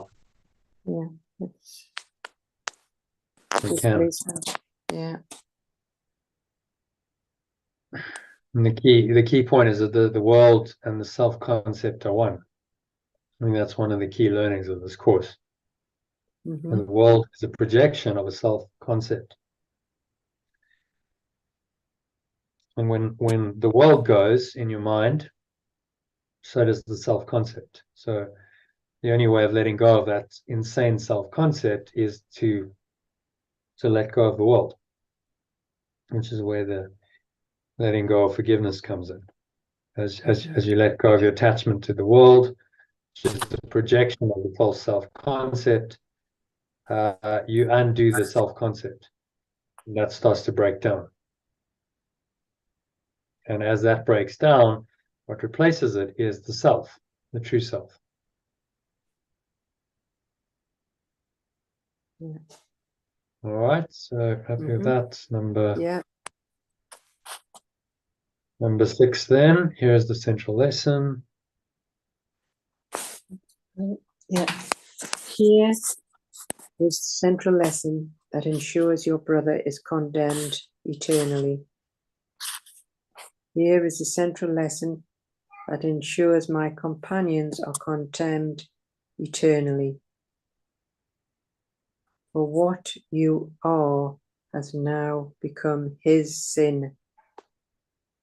For what I am has now become his sin.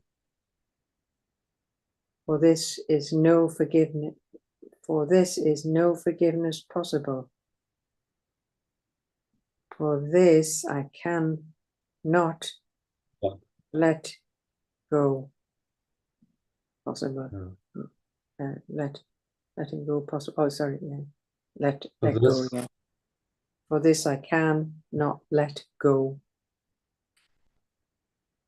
No longer does it matter what he does, for your accusing finger points to him unwaveringly.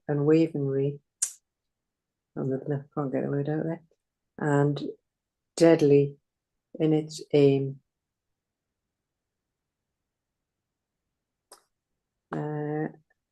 No longer does it matter what he does, for my accusing finger points to him unwaveringly. Well, I can't say that word. Unwavering. Unwavering. Oh, unwavering. Unwavering and deadly in its aim.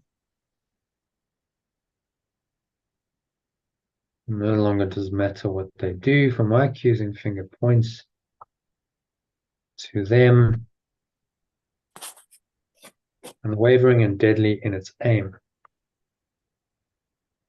So what I do is I project my guilt and my own self-concept onto them. And I say, it is your fault. And now you are condemned. It doesn't matter what they do. They are just the targets for the projection of your guilt. And that's why, human beings are addicted to blaming others. Yeah. We all like to accuse and blame and attack others, because it gets us off the hook of the metaphysical guilt and sin. That's what the ego tells us anyway. This guilt and the sin at destroying God, love, oneness, we can't deal with that. It's psychologically very very destructive. So we seek to project it out onto someone else. And that's what accusation and blame and attack are all about. And I project it onto someone else, and they are to blame, and they will suffer, and they will die for my sin.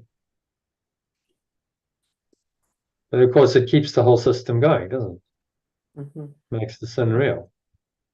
So you project it out. What you're saying, well, it's real because it's got real effects in my mind. I'm keep giving the guilt in the form of blame to others. It makes the guilt real. And so there's no escape then. You just keep trying to offload the guilt and get rid of it, but never succeeding, because you actually just perpetuate it. The more that you give the guilt in the form of blame and attack, the guiltier you feel. And the ego just keeps doing the same thing over and over again, trying to make this strategy work. And of course, it never will work. It doesn't work. Again, you're just saying, well, look at its strategy and just, God's sakes, wake up and let go. You don't have to keep doing this. Stop projecting your guilt out onto others in the form of your accusation and blame and attack. of them, because that keeps your own guilt going. Stop doing that. Even if they seemingly justified and they do something that isn't wonderful, isn't particularly conscious or actively hurt you, still you must do that, because if you don't, then you make the whole system real and you're caught up in it. And then they've been used by the ego to enslave you into this false self-concept, which is ultimately going to make you suffer and die.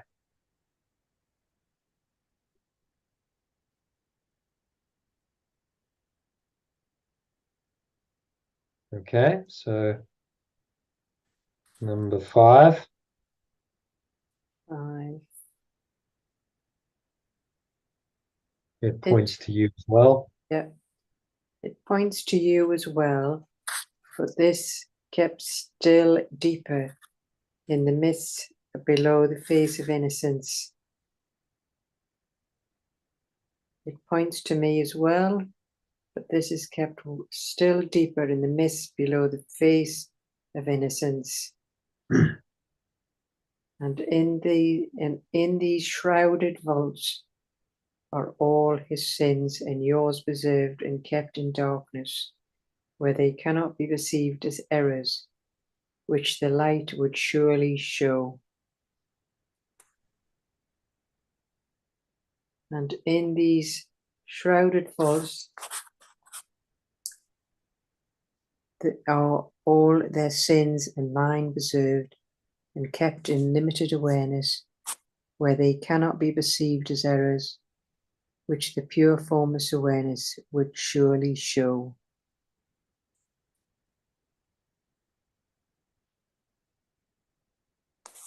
You can be neither blamed for what you are, nor can you change the things it makes you do. You can neither be blamed for what I am, nor can I change the things it makes me do. Your brother, then, is symbol of your sins to you, who are but silently and yet with ceaseless urgency condemning still your brother for the hatred thing you are. My companion then is symbol of my sins to me, who are only silently and yet with ceaseless urgency still condemning my companion for the hatred thing I am.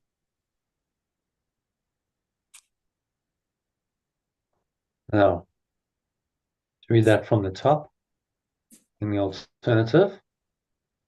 Here is the central lesson that ensures my companions are condemned eternally. For what I am has now become his sin, for I cannot let go of this. His sin. Their sin, yeah. Oh, there. I made it plural, yeah.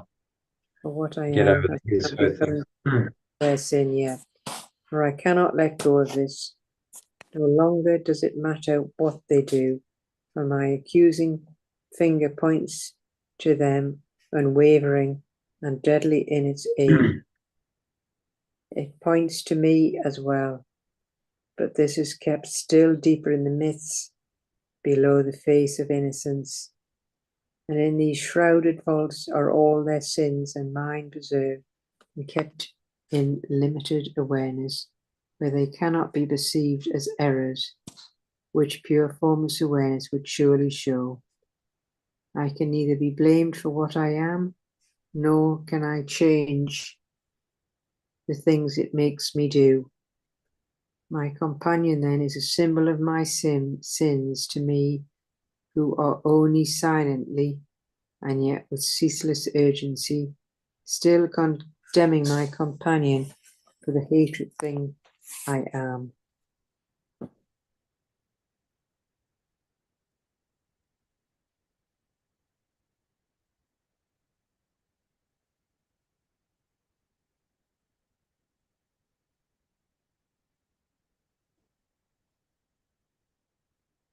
So what's he saying there?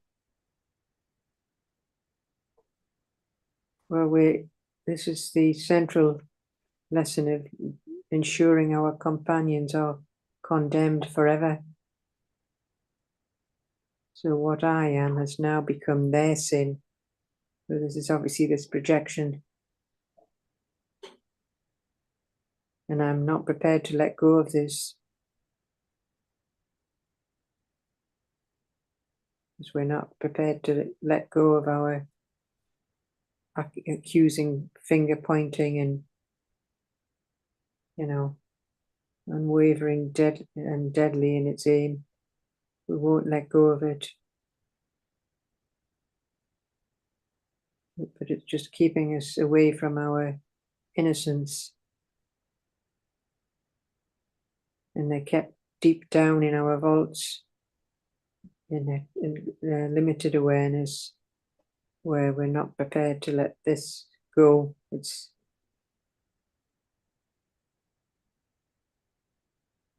The vaults are my subconscious mind. Yeah. Yes.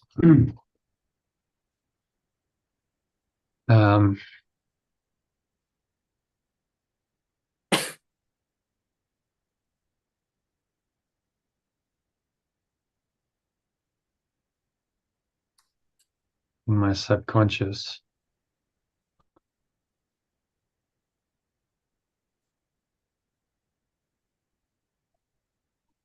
All their sins and mine. Preserved and kept in limited awareness. Preserved in my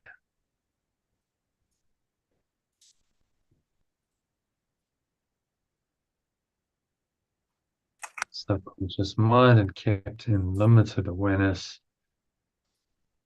where they cannot be perceived as errors. Pure formless awareness would surely show.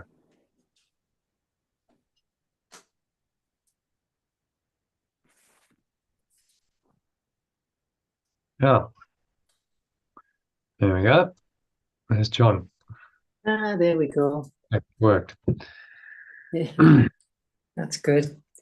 So what's he saying in this one? Well,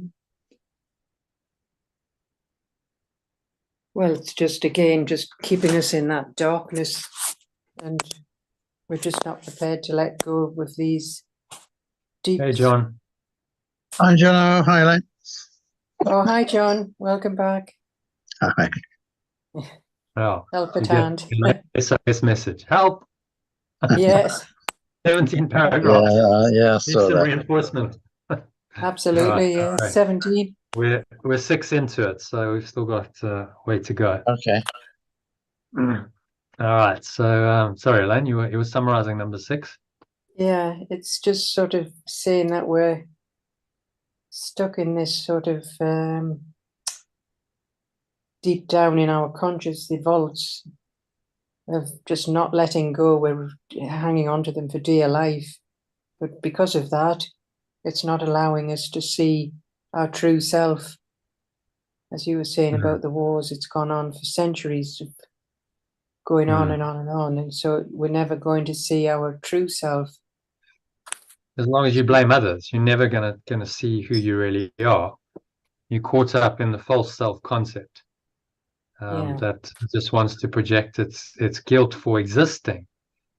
I mean, this is a great section because he's getting to the very the absolute nub of this, the essence of this. Okay, it's chapter 31. It's taken a while, but he's talking about the self-concept that is behind this entire structure of the ego. And the world as we know it and all the projections in the world. And he's saying, the world is just designed by the self-concept to perpetuate itself. So that's the key point. And then in order to perpetuate itself, because it feels guilty at its very core, just for existing, just because it exists, it has had to destroy love, pure formless awareness of perfect love, in order to exist. So metaphysically, the ego always feels guilty. It can't really handle that guilt in any other way than to project it out and say, well, I'm not the guilty one. Someone else is the guilty one. So now this fearful, wrathful, separate God, which I've invented, will punish you, and it sees someone else as guilty and to blame, and not me. And so I'm off the hook, which makes me feel psychologically a little bit better. I'm off the hook. You're the guilty one who will be punished. And then I can offload some of my guilt and my sin and continue in my individual identity, having offloaded some of the guilt and the sin onto someone else. That's what the ego tells us. But actually, we haven't offloaded anything, because the guilt and the sin is still very much in our own mind and has been strengthened. When we accuse and we blame and we attack, the guilt and the sin have been strengthened in our own mind, which then just perpetuates the illusion of a separate self-concept, which is guilty, you see?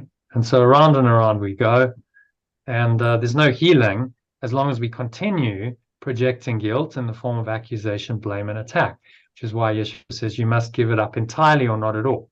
No attack must be relinquished entirely or not at all, because if you still believe in it and you still want to blame and accuse and attack, then you're still believing in the ego's thought system, which keeps the whole structure intact, and then you suffer and die. Okay, so it makes sense. Yeah. That's a kind of very quick summary, John, of what we've discussed so far. Yeah, and this section is called self-concept versus self. Correct. Yeah. Section 5, chapter 31. Self-concept versus self. Right. Okay. Yeah. Yeah. Okay, so shall we move on to number 7? If you can read that for us, John. So in the original and the alternative, line by line, sentence by sentence. So I can have Concept. some time to edit it. Yeah. Concepts are learned. They are not natural. Apart from learning, they do not exist.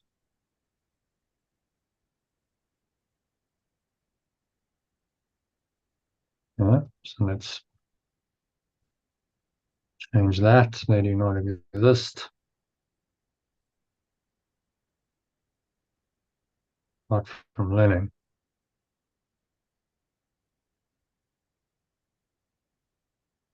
They are not given, so they must be made.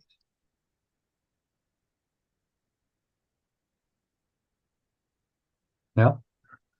Fine. Not one of them is true, and many come from feverish imaginations, hot with hatred and distortions born of fear. I think imaginings would be better than imaginations. Yeah. Feverish imaginings, hot with hatred, and distortions born of fear. That's okay. Yeah. What is a concept but a thought to which its maker gives a meaning of his own? What is a concept only a thought to which its maker gives a meaning of his own? Yeah, what is a concept but that should be? What's a concept but a thought to which its maker gives a meaning of, to which its makers give a meaning of their own. So we assign the meaning, we make it up, we give it a meaning, and then we think that's reality. So nothing I see really means anything, as he tells us in Workbook Lesson 1. I've given everything I see all the meaning it has for me. Lesson 2. I've made up the meaning and I give it the meaning it has for me. And that me is the self-concept that is perpetuated and reinforced and strengthened by the meaning that that self-concept gives to everything. Do you see how intrinsically the self-concept and the meaning that it ascribes to everything and everyone in the world is bound up?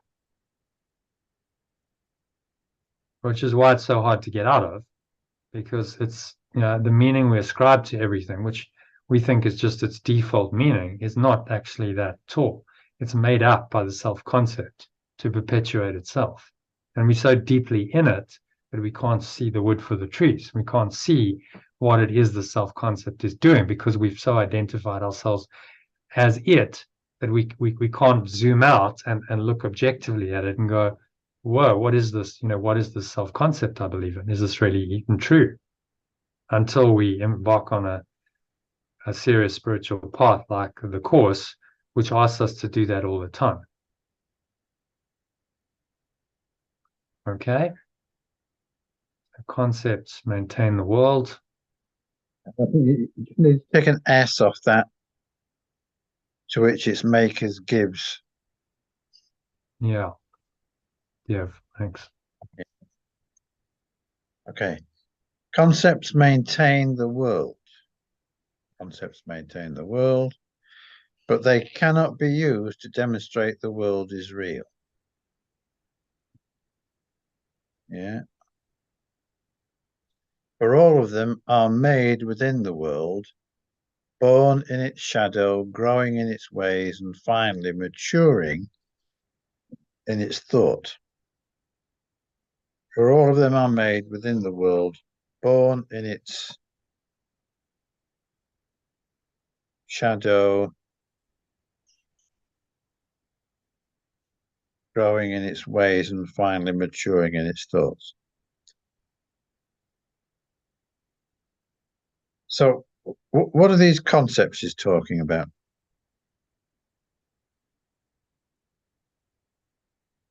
Concepts maintain the world. Well, there's many of them. Think of some of the ego's concepts. An eye for an eye, as others do to you, do to them. We were discussing that earlier in the context of the war in Israel. That has been going on for generations. You've been hurt, so therefore, and you're being attacked, therefore your attack is justified in self-defense. That's a concept, isn't it? It's an idea held in the mind. Concept of what's in it for me. I'm justified in going and taking what I want because what's in it for me is my governing principle. That's a concept. A concept of the world. It could be nothing is given to you freely. You've got to go work hard for it. That's another concept. The concept could be racism. Well, I think that certain race groups are not good enough, worthy enough. Another concept could be, prejudice related to sexual orientation, related to, and on it goes. See, these are all concepts, aren't they? So they're worldly beliefs. Yeah. Which really, make up our world. They define our world. These are issues we see coming up all the time. Just watch the news and you'll see these concepts being projected out onto that screen and then coming back to you as the world news. What is the war in Israel but a war of concepts? People's self-concepts clashing. The Israeli self-concept, remember this becomes a collective self-concept, clashes with the one of Hamas, and now we're going to fight because our self-concepts don't agree. Okay. It's just conceptual. It's all in the mind, and yet it causes all of this chaos and suffering. Yeah, no, that's fine, John. Got it. Got it? Yeah. So I think we got to number 8 or number 9, I think. Yeah. Number 9. I think. Made within the world. For all of them are made within the world, born in its shadow, growing in its ways, and finally maturing in its thought. Okay. They are false ideas of false forms, painted with the brushes of the world, which cannot make a single picture representing truth. That's a colourful way of summarizing it. Yeah.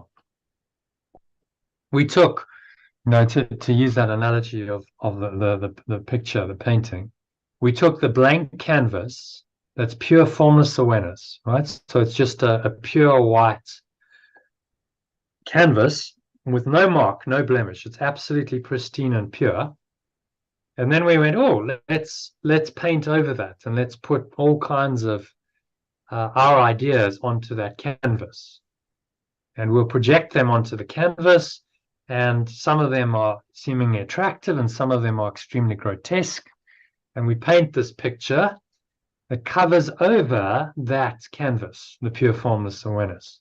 And we believe now that reality lies in the picture and the images rather than in the underlying canvas. And yet the canvas is still there, it's just been covered over, and that's the illusion of the world that we've invented. We've painted a picture from our own false ideas, projected it out, and now that seems to be the reality that we perceive. And that's the world that we've invented. False ideas of false forms painted with the brushes of the world, which cannot make a single picture representing truth. Only the Holy Spirit can do that. So someone becomes inspired, then they start to have symbols in the dream of the underlying truth of the canvas. And typically that's about simplicity. It's just, well, clear away, all of the gunk, start wiping away all of that paint. That's what letting go does, and then the canvas starts to reveal itself. And so the picture then becomes cleaner and clearer. It's not so heavy and dark. The grotesque images get wiped away, and it might just be a very simple, clean picture eventually, which is kind of what our lives become under the guidance of the Holy Spirit. A very clean, clear picture with a lot of light, a lot of the light of the underlying canvas shining through. So it's not, heavily caked in the paint of the false ideas and the false forms. It's a light brush, and what shines through is the spacious awareness of the underlying canvas. And so simplicity and simplicity, innocence, purity, these things start to shine through in that picture of the world, which Yeshua's saying, well, if you allow the Holy Spirit to let go of all of your insanity, then that's the picture that can start forming. And that's a happy dream, and there's really not any investment in it. So the underlying canvas becomes more important. The pure formless awareness, the ground of being on which it's all painted, becomes more important, and that is emphasized. So your attention shifts from the foreground to the background of reality, and you become rooted in that. And then the false ideas, false idols, as he calls them, and the self-concepts start to fade away, undone. Because it's the self-concepts that painted the grotesque images and pictures of this world. Self-concept is the false painter, the demented, insane painter. And yet the Holy Spirit can take over that role and paint with a very light touch, and actually do more erasing. Holy Spirit just erases and cleans away all of that paint. So think of it like, you've got this thick, grotesque paint that's totally covered over the canvas, and then you've got to take some thinners, just kind of solvent, and just wipe that all away, clean it all away. That's the Course's approach. So you don't believe in any of it, and start again. And now, you paint with a much lighter touch and brush, and the sketch is light and it doesn't obscure the canvas underneath it. It actually just allows the light of that to shine through in this very simple form. And that would then be the Holy Spirit directing your dream of form and time and space, to have a happy dream before you just merge back in with the canvas itself and become one with the canvas, and there's no need for drawing any kind of picture anymore. Okay, so does that, that's an analogy, but it hopefully helps. It makes quite a lot of sense, I think, in this context, and hopefully helps you understand what he's saying. Yeah, that's clear. Okay, Elaine, happy to move on to number 8. Yeah. Okay. Yeah. A concept of the self is meaningless, for no one here can see what it is for, and therefore cannot picture what it is. The concept of the self is meaningless, for no one here can see what it is for, and therefore cannot picture what it is. Yet is all learning that the world directs begun and ended with the single aim of teaching you this concept for yourself, that you will choose, where are you gone? Well, am I reading in the alternative, or do line by line? No, read the original and then alternate. Just gives me a chance to edit. I can't see it. It's got, you need to drop it down a bit. Still there? Still there? Yes, I'm Can't you still see here. that? Okay, there See we are. that? Yeah. Number 2. Yeah, Get all now I can learning. see it now. Yeah. Huh? Yeah. Yet it is all learning that the world directs begun and ended with the single aim of teaching you this concept for yourself, that you will choose to follow the world's laws and never seek to go beyond its roads, nor realize the way you see yourself. Yet all learning that the world directs is begun and ended with the single aim of teaching me this concept of myself, so that I will choose to follow the world's laws and never seek to go beyond its paths, nor realize the way I see myself. Now must the Holy Spirit find a way to help you see this concept of the self must be undone. Now must the remembrance of perfect love find a way to help me see this concept of the self must be undone if any peace of mind is to be given me.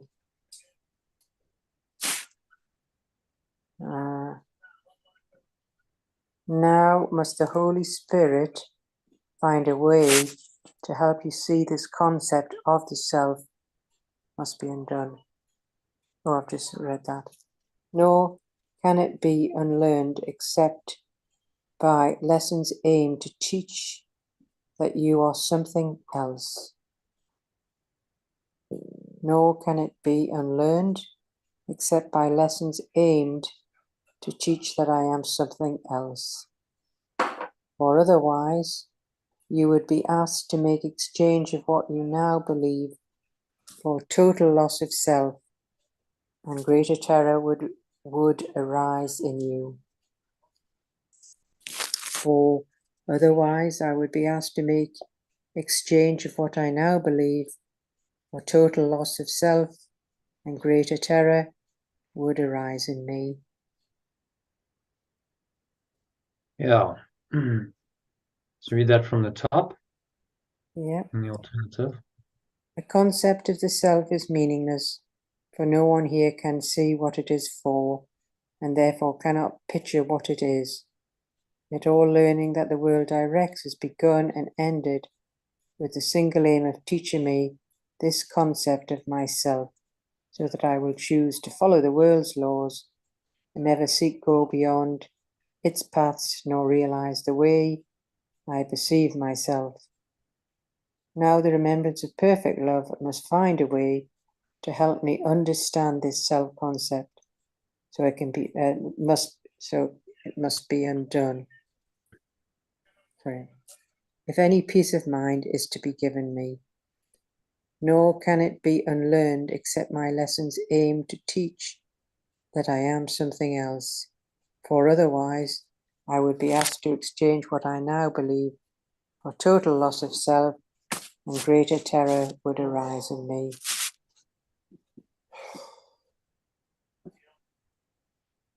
So it's just saying that our self-concept is really meaningless, and no one else can see what it is for. Yet the world directs us to this single aim of teaching the concept of ourself, and we follow the world's laws and never realize there is something beyond that. But then we have this perfect remembrance of perfect love to show us the way, show us the self-concept, and then it can then be undone. And then this is when we can reach this peace of mind. Yeah, and what he's saying here is quite important to understand in terms of this methodology of the Course versus, say, something else like Buddhism. Buddhism says no self, no problem. There really is no self. So we are just pure formless awareness of perfect love, or nirvana, as they call it in Buddhism, and there's no self. Okay, then. So that is ultimately true, but where does that leave you in the world? There's no self. So who is perceiving that? Who's operating the ship while I'm here? There's no self. It becomes virtually impossible to navigate your way in the world, doesn't it? Mm. And it's very terrifying. You're very identified with a self concept that's false, and then suddenly it's like, no, sorry, there's nothing. It's a void. No self, and of course, this for the ego is death.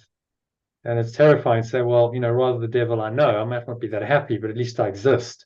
Whereas if I go here, I don't exist. And so it stays well away from this. So what he's proposing is kind of a middle ground where he says, look, initially what you want to do is you want to exchange what you now believe for another self. Except by lessons learned, lessons aim to teach that I am something else. So what I am is this true self, or Christ, the Son of God, the extension of perfect love, called the Buddha or the Atman in the Eastern teachings. I am the self that is one with my source, but this self can still operate in the world. This self can perceive. It has true perceptions or Christ vision. It is the miracle worker. It corrects my perception continuously. It's the one that is able to forgive and let go and surrender and accept. It's the one that directs my at-one-ment and my awakening process. And so we need to start identifying with this as an intermediary step to eventually letting go of all sense of self whatsoever, which would then be the God taking the final step, and we then let go of the false self-concept and surrender in to pure formless awareness of perfect love.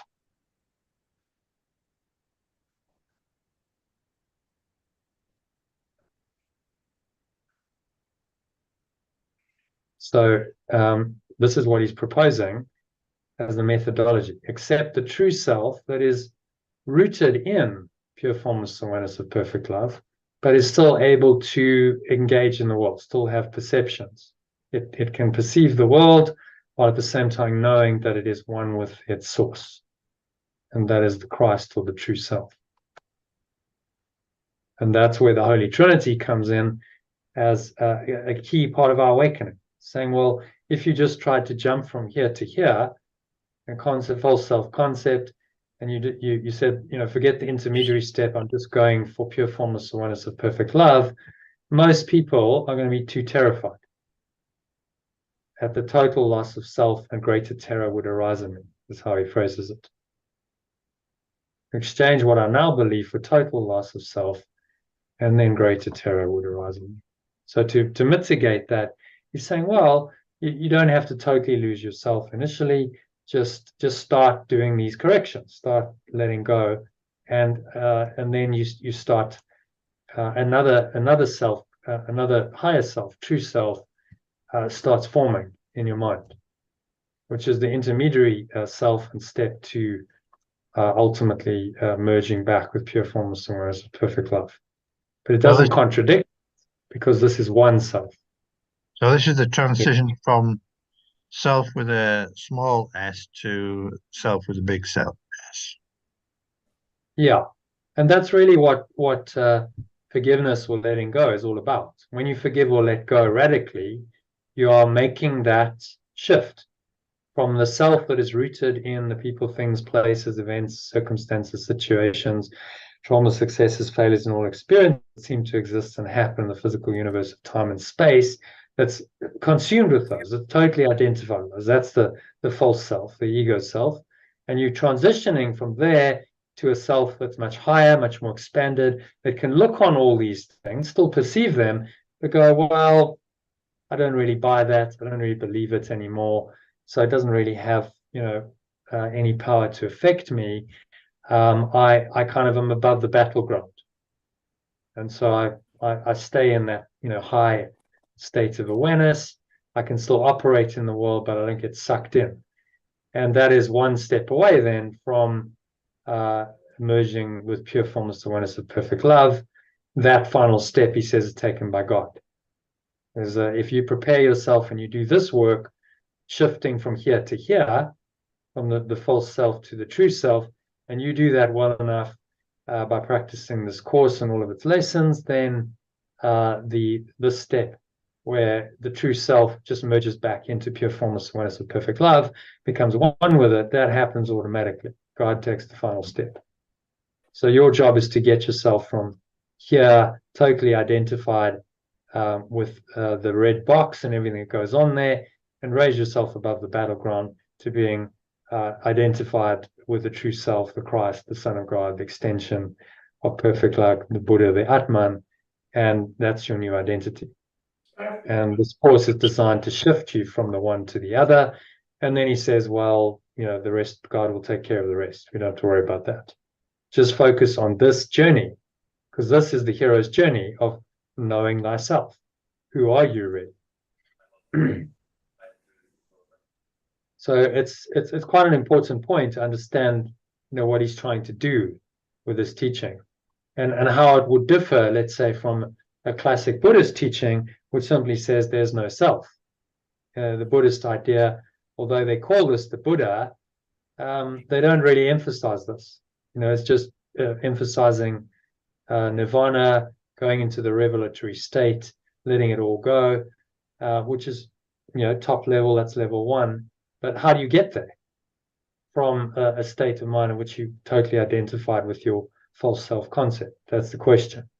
And so what I think this course does brilliantly, better than any other teaching, is it manages that transition. It helps you to make that transition from the false self to the true self, and teaches you what that true self is and how to operate in this world with the correct perceptions. And so you come into your right mind, you attain some sanity and peace of mind. And then he's saying, well, if you just keep doing that, then God takes the final step. You don't really have to worry about the step up into pure formless awareness of perfect love. It's not something you can learn. It will happen when you're ready. So just keep doing this step as well as you can. And the course is designed to take us from here to here through all of the mind training. The true correction and perception and the miracles are all about making that shift and that transition. So is that clear? Yeah. Okay, happy with number 8. We'll move on to 9. That's good, thank you. John, if you can read that in the original alternative, kindly. Thus are the Holy Spirit's lessons. Thus are the Holy Spirit's lesson plans arranged in easy steps, that though there be some lack of ease at times and some distress, there is no shattering of what was learned, but just a retranslation of what seems to be the evidence on its behalf. Therefore, the remembrance of perfect love's lesson plans are arranged in easy steps, that though there be some lack of ease at times and some distress, there is no shattering of what was learned, only just a retranslation of what seems to be the evidence on its behalf. I think that would be much better as a reinterpretation, yeah, rather than retranslation.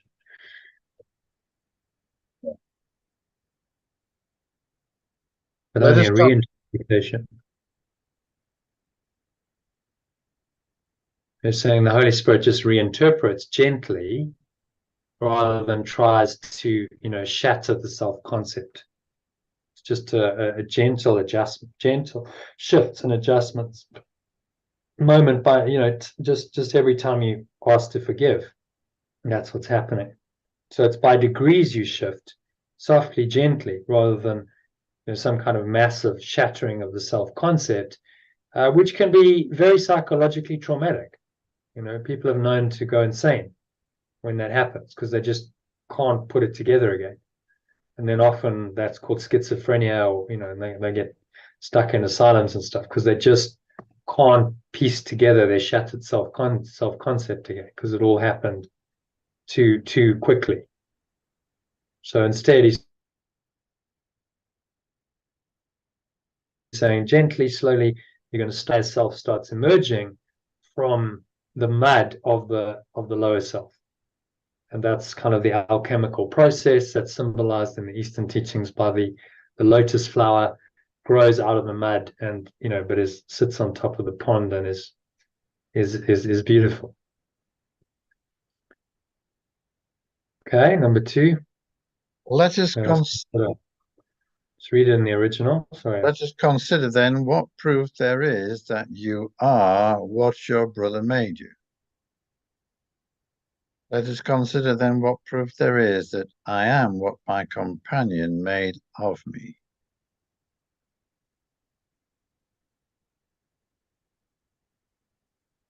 Yeah. For even though you do not yet perceive that this is what you think, you surely learn by now that you behave as if it were. For even though I do not yet perceive that this is what I think, I surely learned by now, I have surely learned by now that I behave as if it were. I must have surely learned by now that I behave as if it were. That this is what I think, as if it were what I think. Does he react for you? Does my companion react for me? And does he know exactly what would happen? And does my companion know exactly what would happen? Can he see your future and ordain before it comes what you should do in every circumstance? Can my companion see my future and ordain before it comes what I should do in every circumstance? He must have made the world as well as you to have such prescience in the things to come. My companion must have made the world as well as me to have such prescience in the things to come. Such prescience, foresight, maybe.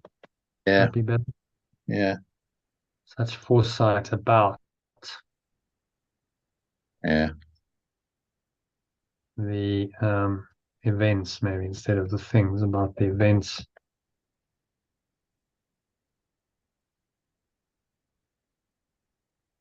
Yeah. About the future, maybe. So just read that from the top.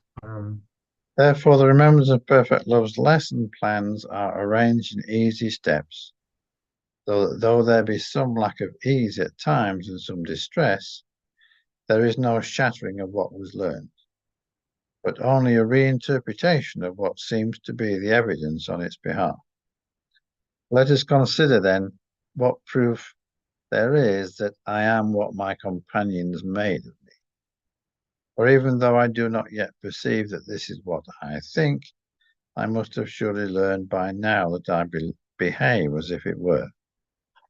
Do my companions react for me?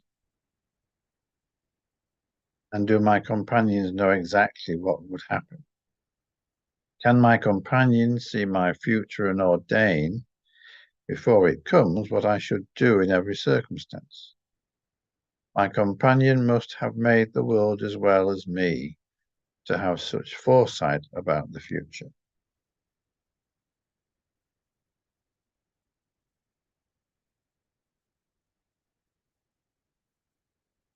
What's he saying in this one? So he's saying that the remembrance of perfect love has, well, he's saying that if we follow the guidance of spirit, we will be taken through relatively easy steps towards unification, and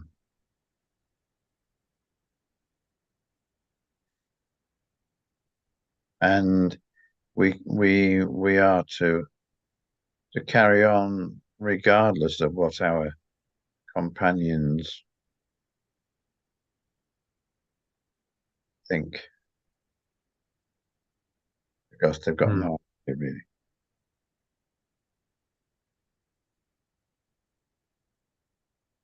Yeah. So if someone starts, telling you what you are and what you should do, and I mean, just this is a great passage to go. How do you know? How can you know? You don't have absolute knowledge. Usually, they're just coming from the ego, and seeking to impose that structure on you, which of course is your choice to accept or not. But if someone starts, saying, well, this will happen and this will happen and this is your intention, I would say, how do you know what my intention is? You have no idea. You're just surmising. You're going, you're basing it on your perception, and your perception may be completely wrong, because your perception is influenced by your own programming, your own past conditioning or whatever, and so you perceive incorrectly. You're not objective. You're honest. No one's objective. You got your past history and your story, which colors every perception. So that comes in and clouds it, and then people can give you advice, and you go, but actually they're just coming from their own flawed perspective, their own past conditioning, which is why one needs to listen to the Holy Spirit and the Holy Spirit alone for the guidance, and go directly, to that which is within you, and then you don't need, the advice of other people. Holy Spirit can speak through other people. That's possible. But I'm very wary of seeking, advice from others, because you just don't know where they're coming from. If they were, perfectly enlightened, then maybe, you'd respect, like a true guru's advice would be sage, would be something because it's the Holy Spirit speaking through them. But again, how do you know? A lot of these gurus end up being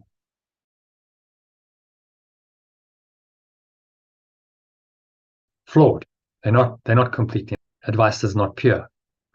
So our job is to go directly to the source, listen to the remembrance of perfect love that's within every one of us, and can tell us, what the plan is. So lesson plans are arranged in easy steps. So there may be some lack of ease at times, and some distress. There's no shattering of what was learned. So yes, he's saying there will be that dis-ease in the mind. There will be some distress as your false self-concept gets undone, but it's not a complete shattering of the self, which can be very, that can be psychologically difficult to deal with. So, give you an example. Eckhart Tolle, I think he just had a complete collapse of the self concept. How he described it was like went into a vortex, and it was like just that self just disappeared, and he woke up the next morning clear and perceiving, and it's wonderful. And I experienced, this great peace, but he struggled to reintegrate into society. I mean, he ended up dropping out. He had no interest in doing anything and participating really in the world. He would get a job for a couple of weeks, which would pay him a bit of money. And once he had enough money, he'd stop and he'd just go and sit on a park bench and bliss out. So, you know, not the easiest of journeys.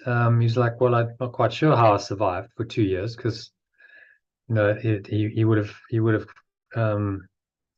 not had very much money. He was, you know, living in shelters and on the streets and Salvation Army and stuff in London. And yeah, that is what can happen if suddenly the self-concept drops away.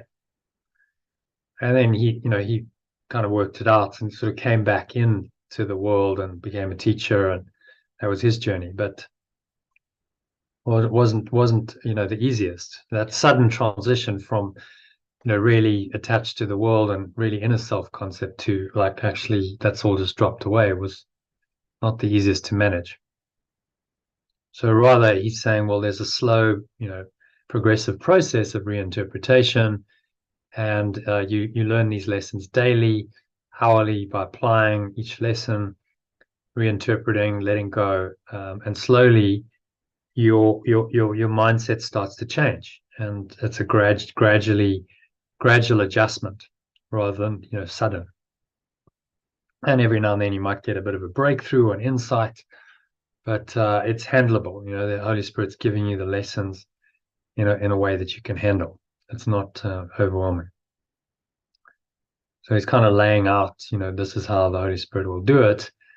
And, this is actually a better way than suddenly just deconstructing the self-concept, because it can be very, very scary for the mind to do that. Okay, so it makes sense? Yeah, it makes sense. John, I'd like to get done by 10 o'clock if possible. All right, we'll see how we do. We've got 8 to go. So number 10. Elaine, if you can read that. Yeah. Yeah. That you are what your brother made of you seems most unlikely. That I am what my companion made of me seems most unlikely.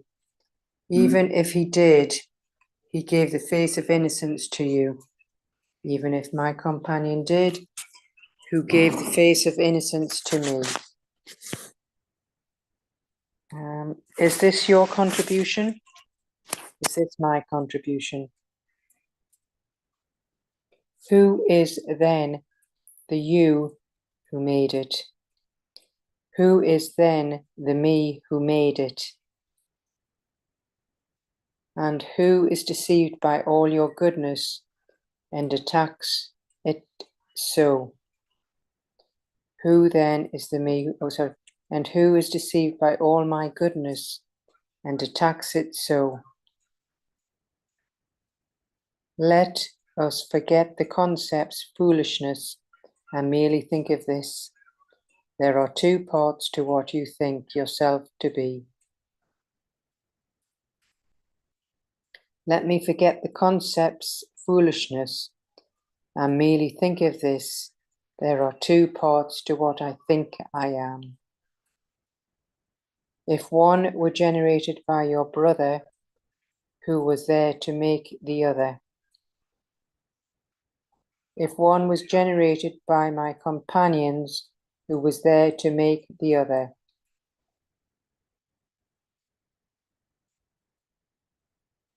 And from whom must something be kept hidden? And from whom must something be kept hidden? If the world be evil, there is still no need to hide what you made of. If the world is evil, there is still no need to hide what I made of. Who is there to see? And what but is attacked could need defense? And what but is attacked could need defense?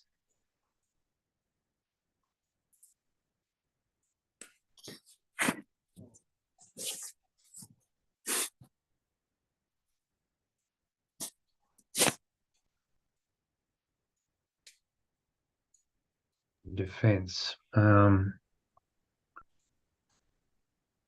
What but is attacked? I don't really like that. What but is attacked could need defense, and what that is attacked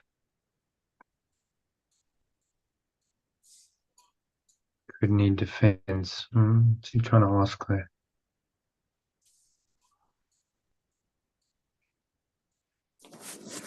Okay, let's just leave that. What that is attacked could need defense. I think that's okay.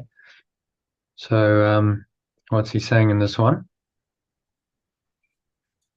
Well, it's saying our companions, that I am what my companions made of me. Oh, seems most unlikely. So what our companions think of us is irrelevant, is that right? Yeah, saying the two parts. One was generated by my companions, who was there to make the other. From whom must something be kept hidden? And from whom must something be kept hidden? You mean hidden is the self, the true self. They're unbeknownst to them, they keep in their true self. And remember, the ego doesn't want to know itself. So this false self concept must deceive itself, because it doesn't want to know what it's really made of. It doesn't want to see the guilt and the sin. Oh, I see. It doesn't want to see, the darkness.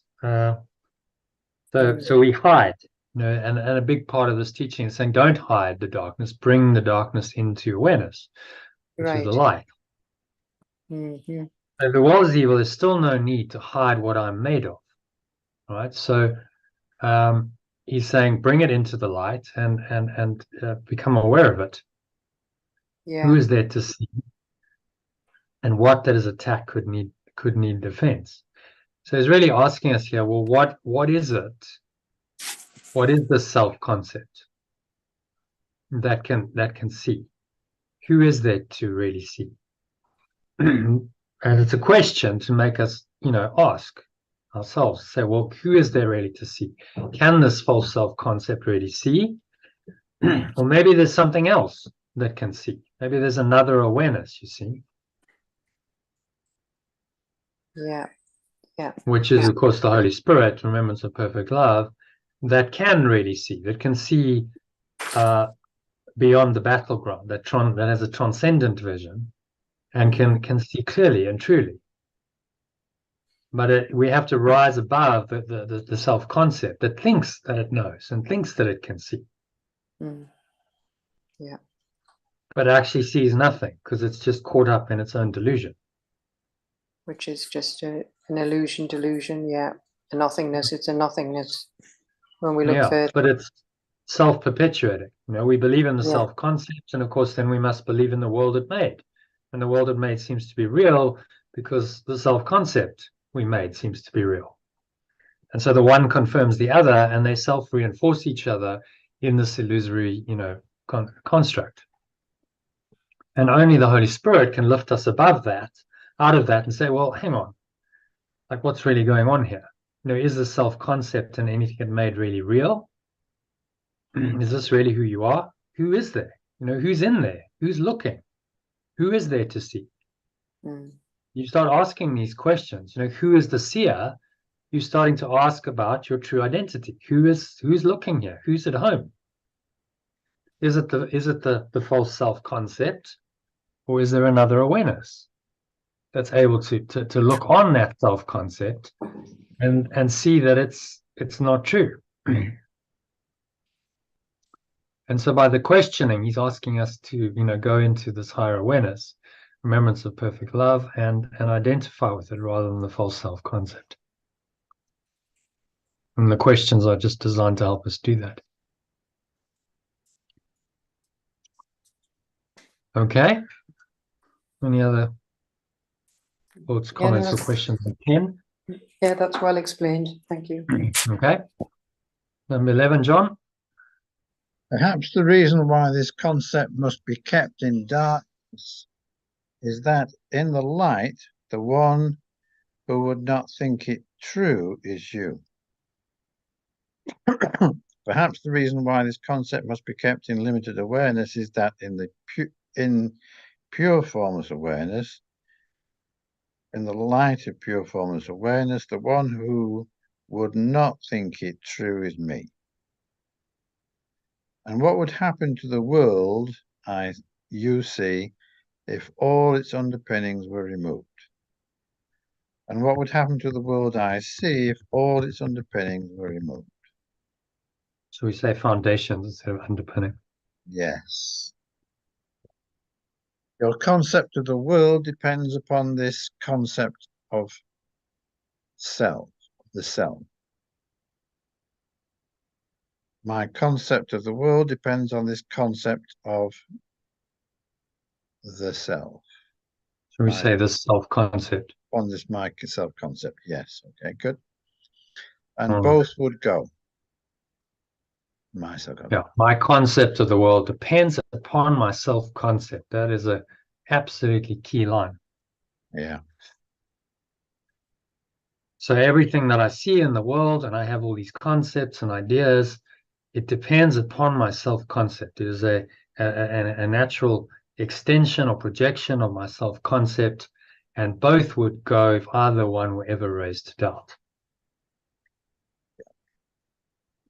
Which is why he's saying to us, we must continuously raise the concepts of the world that we believe in to doubt, because that is how you undo the self-concept.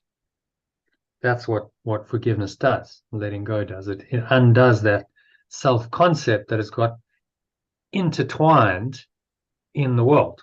We're so, invested in this world that it becomes very difficult to see the wood for the trees, doesn't it? Yeah. You can't distinguish what's reality anymore. You think you see reality, but actually you're just seeing a projection of your own self-concept, which you made up. Talk about, delusion. But we're so deep in the delusion, we can't see it until someone like Yeshua points it out and says, hang on, look again. What's really going on here? And both would go if either one were ever raised to doubt. The remembrance of perfect love does not seek to throw me into panic.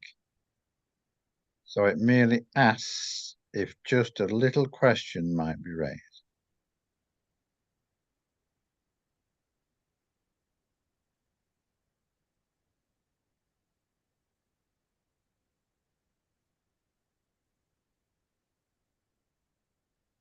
Yeah.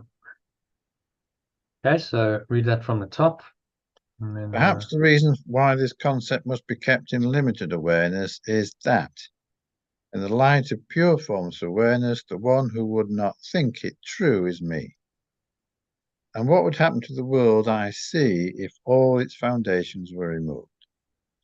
My concept of the world depends upon my self-concept.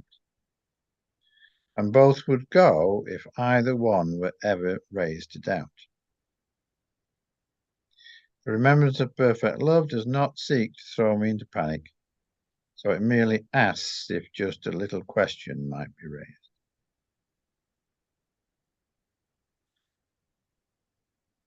maybe we could just say it merely raises a little question. Yeah.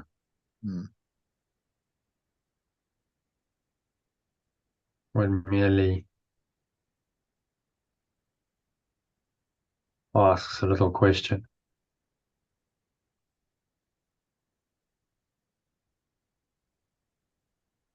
So it's saying here that our definition of the world, our vision of the world, is a reflection of how we see ourselves.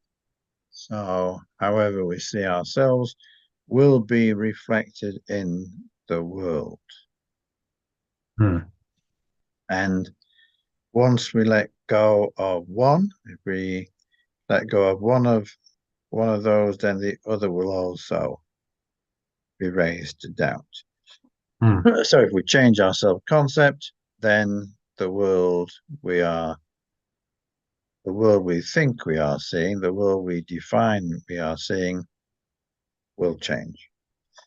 Well, and practically speaking, how do you do that? So what he's saying is, to change your self-concept is like, well, how do I do that? My self-concept is kind of this amorphous thing. It's not something I can go, there my self-concept is. So we change it when we change our mind about the world. Whenever we change our mind, we change our perception. Our self-concept is shifting, is changing in that moment. Because our self-concept is made up of these concepts that we see in the world.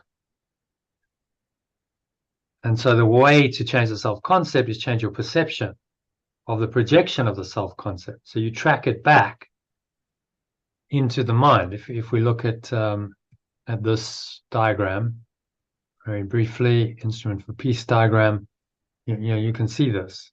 The perception is just a projection of the self-concept. So the perception then has emotions underpinning it, thoughts, beliefs. Now you're starting to get at that level into the self-concept. What is your core belief about yourself, which is based on your desire to be a separate self? So what the forgiveness methodology says is, okay, take the perception, and if it's faulty, recognize that and start letting that perception go, saying this isn't reality. And that changes the emotion, that changes the thought, and ultimately changes your belief about yourself. And so you dig from perception at the top level, and you dig through the layers into the core belief or self-concept of the ego, and you start changing that as you change your perception. And these layers, which are really defenses, start shedding, and that core belief reveals itself, which can be quite shocking when you see that actually I believe I'm not worthy of love, as we've discovered in exercise like the art of letting go. But there's now a revealing, bringing into the light of awareness the false self-concept through the practice of forgiveness, and then the ability to let it go. So that's the methodology, which makes a lot of sense. When you understand that this is a well thought through methodology for unwinding the mind from the self-concept. And that's what he's presenting to us in his course, saying if you follow my guidance and you work on changing your perception, you will ultimately undo your self-concept. Okay. Anything else on number 11? No, that's good. All right, so number 12. You can read that one, Elaine. There are alternatives about the thing that you must be. There are alternatives about the thing that I must be. You might, for instance, be the thing you choose to have your brother be. I might be, for instance, be what I choose to have my companions be. This shifts the concept of the self from what is wholly passive, and at least makes way for active choice and some acknowledgement that interaction must have entered in. This shifts the concept of the self from what is wholly passive, at least makes way for active choice and some acknowledgement that interaction must have entered in. There is some understanding that you choose for both of you, and what he represents has meaning that was given it by you. There is some understanding that I choose for both of us. What my companion represents has meaning that was given it by me. It also shows some glimmering sight into perception's law, that what you see reflects the state of the perceiver's mind.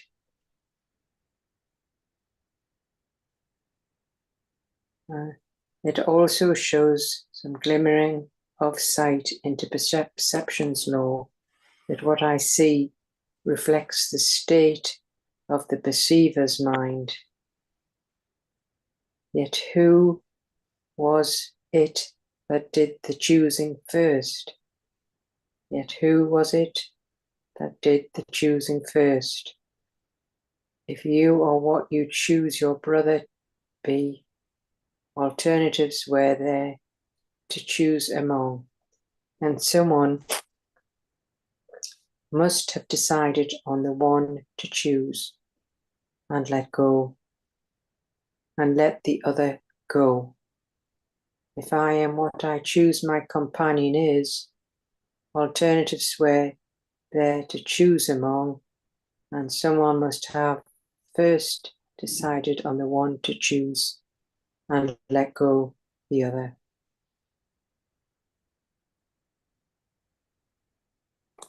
I read that from the top. There are alternatives about the thing that I must be. I might, for instance, be what I choose to have my companion be. This shifts the concept of the self from what is wholly passive, and at least makes way for active choice and some acknowledgement that interaction must have entered in. There is some understanding that I choose for both of us, and what my companion represents has meaning that was given to it by me. It also shows some glimmering of insight into perception's law, that what I perceive reflects the state of the perceiver's mind. Yet who was it that chose first? If I am what I choose my companion to be, where there are alternatives to choose among, and someone must first decide on the one to choose and to let the other go.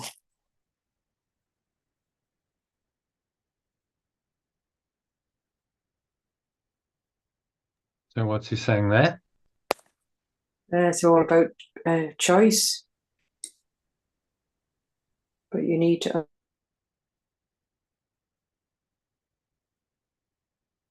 we can choose to have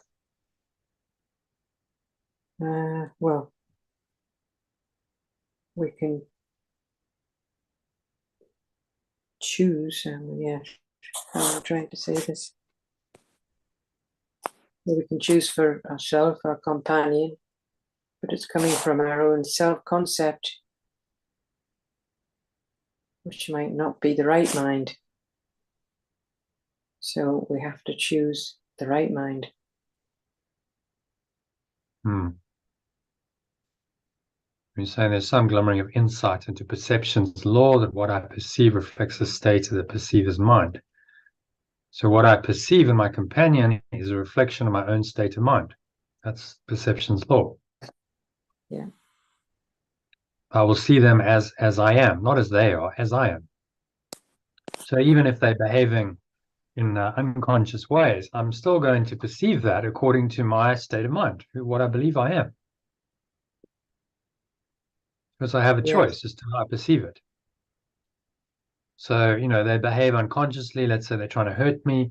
Well, I can perceive that as a victim, go, well, that just confirms, yeah, I am a victim, and there it goes again. I'm going to be hurt by someone, and now poor me, and I can do that. Or I could say, okay, they just forgive them, Father, for they don't know what they do. They have no idea what they're doing.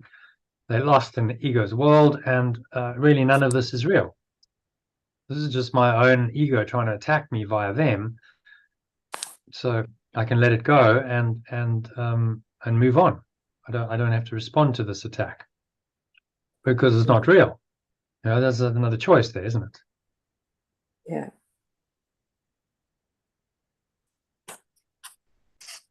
And so in that choice, this is the only choice we have.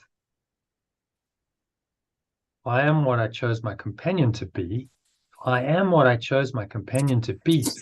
There were alternatives to choose among, and someone must have first decided on the one to choose and let the other go. So he's saying bringing to our awareness that I must have made a choice. This isn't just happening to me. I must have chosen to perceive my companion in a certain way. And there were alternatives to choose among. And someone must have decided on the one to choose and let the other go. So he's saying, well, your perception is a product of choice. That's what he's trying to highlight for us, isn't it?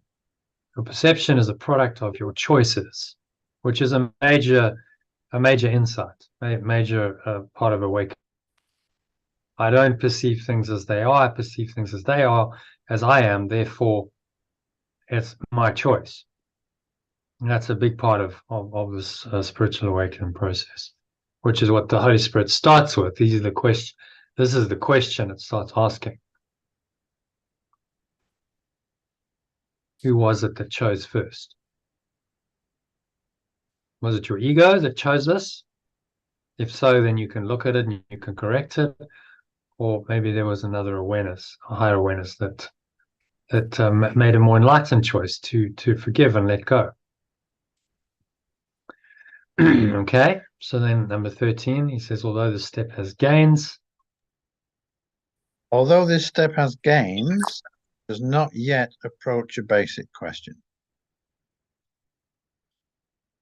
Although this step has gains, it does not yet approach a basic question. Something must have gone before these concepts of the self. Something must have gone before, something must have happened before these concepts of the self. Something must have gone before these self-concepts emerged. Yeah, something must have come before, maybe. Yeah. Gone before. Something must have come before these concepts. These self-concepts. All these concepts.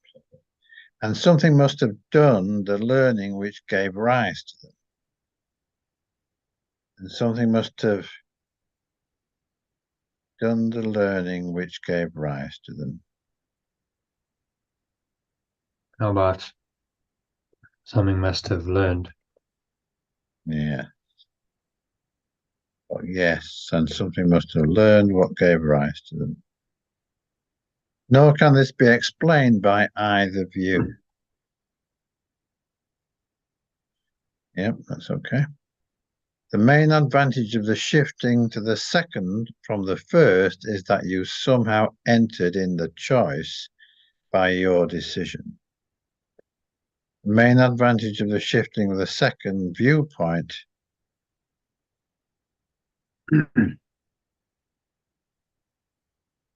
from the main advantage of shifting to the second viewpoint from the first is that I somehow entered in the choice by my decision.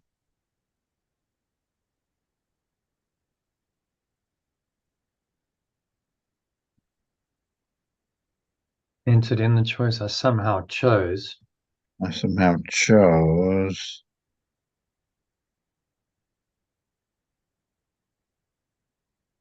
by myself. Or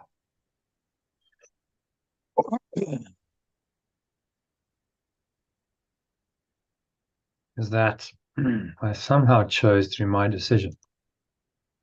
well, is that I somehow chose this myself? I think that's fair. So every choice is a decision. Yeah, every choice we choose through decision, don't you? Okay.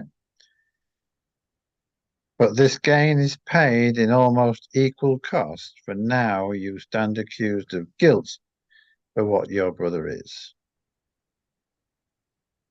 But this gain is paid in almost equal loss, for now I stand accused of guilt for what my companion is.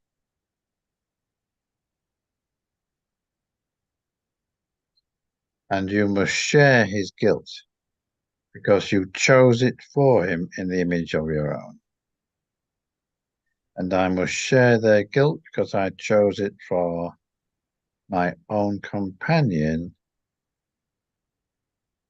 my own companions in the image of my own.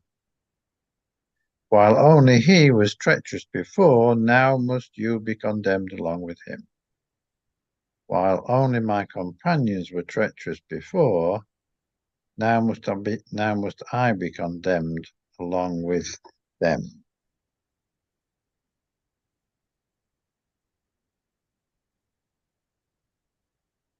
I'll read that from the top, if you don't mind. Although this step has gains, it does not yet approach a basic question. Something must have come before these self-concepts, and something must have learned what gave rise to them. Nor can this be explained by either viewpoint. The main advantage of shifting to the second viewpoint from the first is that I somehow chose through my decision. But this gain is paid in almost equal loss. But now I stand accused of guilt for what my companions, and I must share their guilt, because I chose it for my companions in the image of my own. While only my companions were treacherous before, now I must be condemned along with them.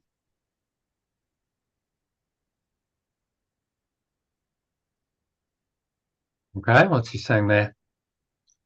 Yeah, it's saying that something must have occurred to make us choose between something must have occurred before we chose to either think with ego or with spirit. And the difference being that if we are thinking with spirit, we have consciously made that decision to do so.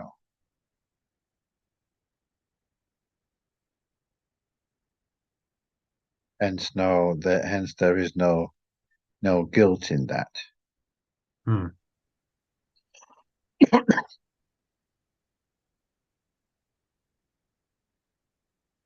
Yeah, so it's really taking responsibility, saying, well, I chose. Gain is paid in almost equal loss, for now I stand accused of guilt for what my companions are. I must share their guilt because I chose it for my companions in the image of my own. Only my companions were treacherous before, now I must be condemned along with them. Well, okay. So this is really what he's saying. This is how the ego will try and counter any move to awareness. It'll try and increase your guilt. So before it was just my companions who were treacherous to me. Now I start taking responsibility. Oh, I've done this all myself. It's all in my own perception, and there can be actually an increase of guilt in that. As I start to kind of go, if I'm not aware of that dynamic, it can actually increase my guilt and can be quite difficult psychologically. Can we think of an example there, John? It's a bit abstract. Yeah. So let's say I have been blaming my brothers.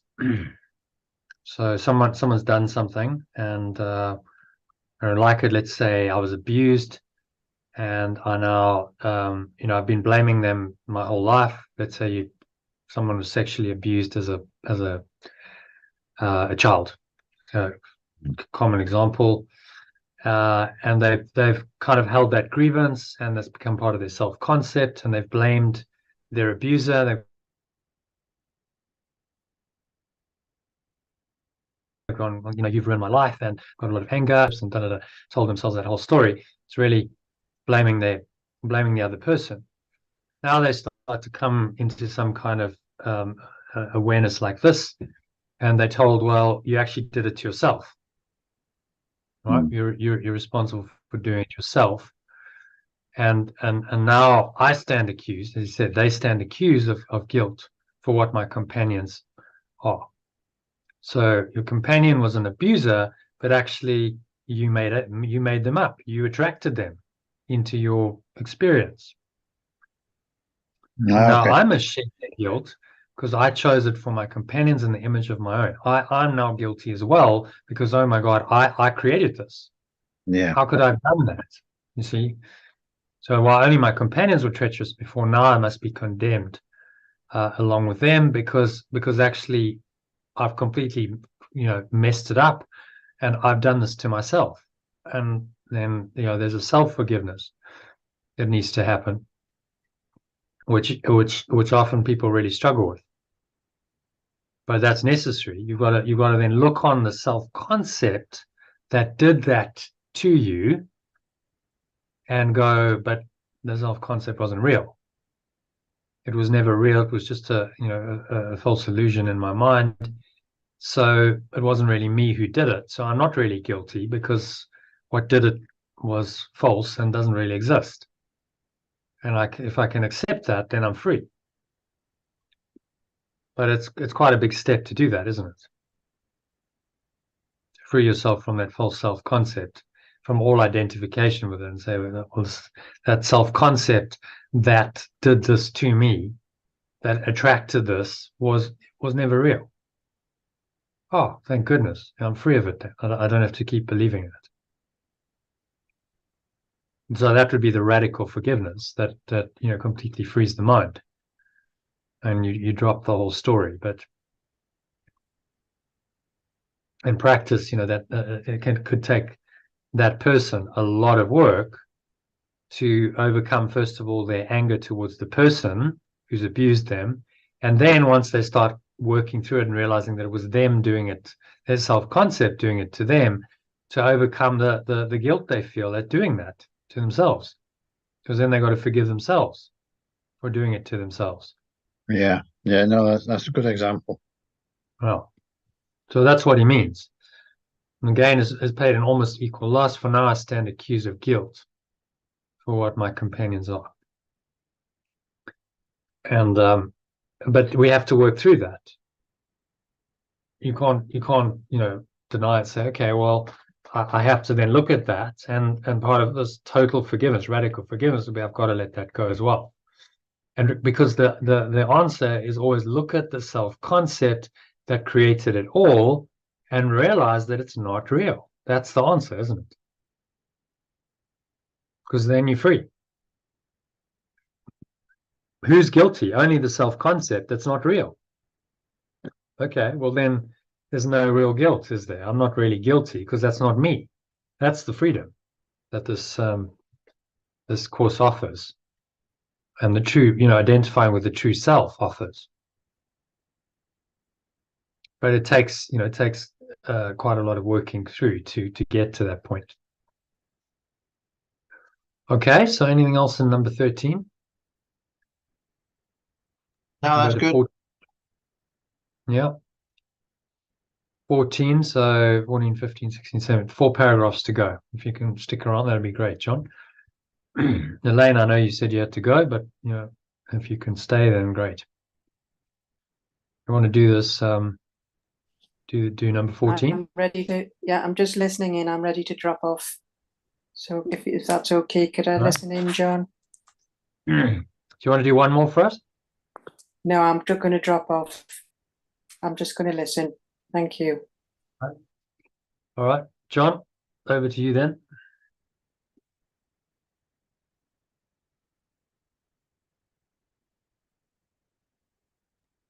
Okay. The concept of the self has always been the great preoccupation of the world. That's the same. And everyone believes that he must find the answer to the riddle of himself.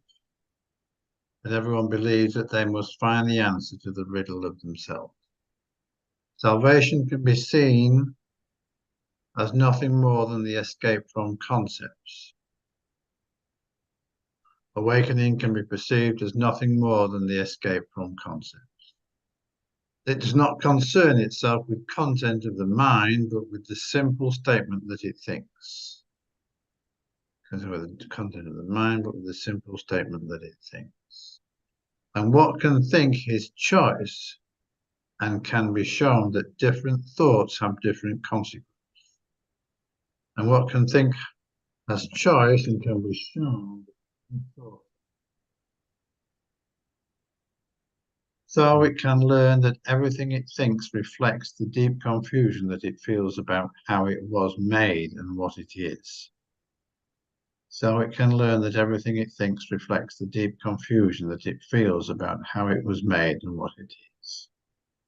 And vaguely does the concept of the self appear to answer what it does not know. And vaguely does the self-concept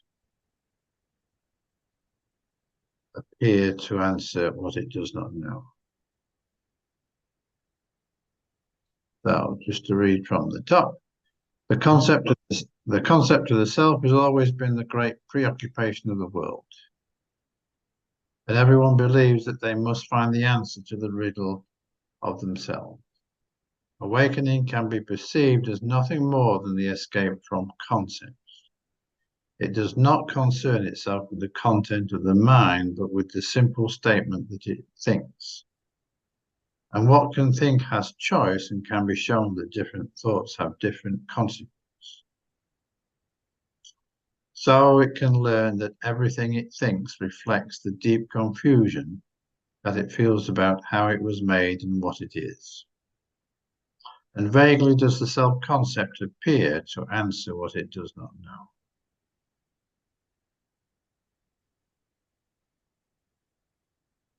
So he's reminding us here of how everyone in the world seems to want to know, must find an answer to who they are. And our awakening is around understanding that all the concepts that we are using to define ourselves are inappropriate.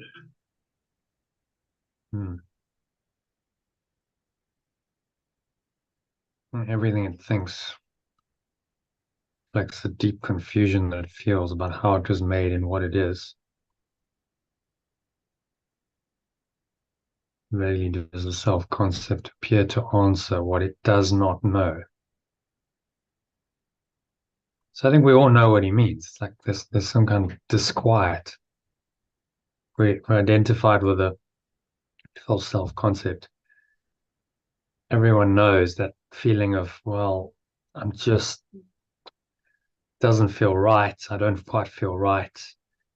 You know, the splinter in your mind, as Morpheus put it in the Matrix, said it's like a splinter in your mind driving you mad. You want to know the answer. You know, why do I feel this deep discontent, this confusion? Why is the world the way it is? And then only vaguely does the self-concept appear to answer what it does not know. So it can try and answer it and say, well, you know, you're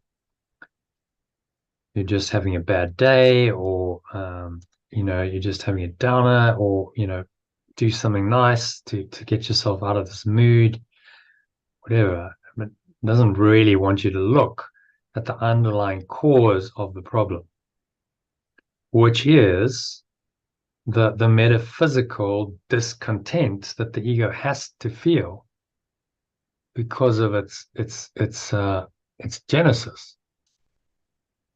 It can only ever feel discontented. Sorry, let's just go there. It's disappeared. So because of how it came about, it's not real. It's a hallucination. It's invented. It's false, and it's based on the destruction of what is true and real. So how can it then ever feel comfortable? Can't, because it's not real. It's an illusion. So as soon as you start to really address the cause of the problem, you reveal the ego's illusory nature, which of course it doesn't want you to do, which is why it doesn't really want you to solve the problem, because the problem is it. Problem lies in the self-concept that's constructed, which you have to let go of. That's the only answer to the dilemma of human life.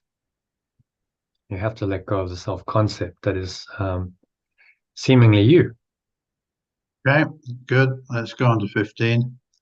Seek not yourself in symbols. There can be no concept that can stand for what you are. What matters it which concept you accept while you perceive a self that Are you not doing the alternative anymore, John? Just Oh yeah, sorry. just Yeah. Just Okay, gives me some time to yeah, edit. yeah, okay. I seek not myself in symbols. Number 2. There can be no concept that can stand for what you are. There can be no concept that can stand for what I am. What matters it which concept you accept while you perceive a self that interacts with evil and reacts to wicked things. What does it matter which concept I accept while I perceive a self that interacts with evil and reacts to wicked things? Your concept of yourself will still remain quite meaningless. My concept of myself will still remain quite meaningless.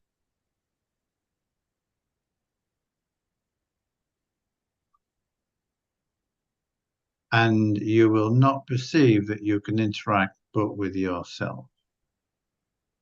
And I will not perceive that I can interact only with myself. To see a guilty world is but the sign your learning has been guided by the world, and you behold it as you see yourself. To perceive a guilty world is only the sign that my learning has been guided by the world. I behold it and I perceive it as I see myself. The concept of the self embraces all you look upon, and nothing is outside of this perception. My self-concept of the self, my self-concept embraces all I look upon, and nothing is outside of this perception. If you can be hurt by anything, you see a picture of your secret wishes. If I can be hurt by anything, I see a picture of my secret wishes. Nothing more than this. And in your suffering of any kind, you see your own concealed desire to kill. And in my suffering of any kind, I see my own concealed desire to kill. We say hidden. Yeah.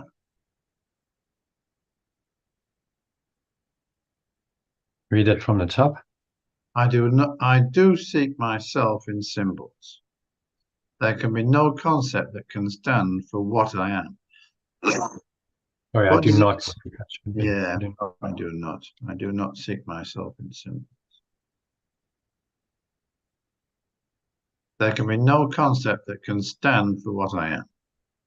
What does it matter which concept I accept while I perceive a self that interacts with evil and reacts to wicked things? My concept of myself will still remain quite meaningless, and I will not perceive that I can interact only with myself.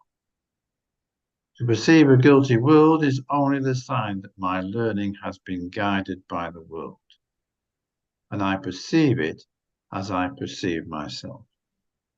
My self-concept encompasses everything I perceive, and nothing is outside of this perception. If I can be hurt by anything, I perceive a picture of my secret wishes. Nothing more than this. And in my suffering of any kind, I perceive my own hidden desire to kill. Okay. So what it's saying here is that the will present to us what's going on in our own heads, and minds. Our own minds. If we perceive guilt, it's because we're feeling guilty, and our own self-concept will color whatever whatever we are looking at in the world.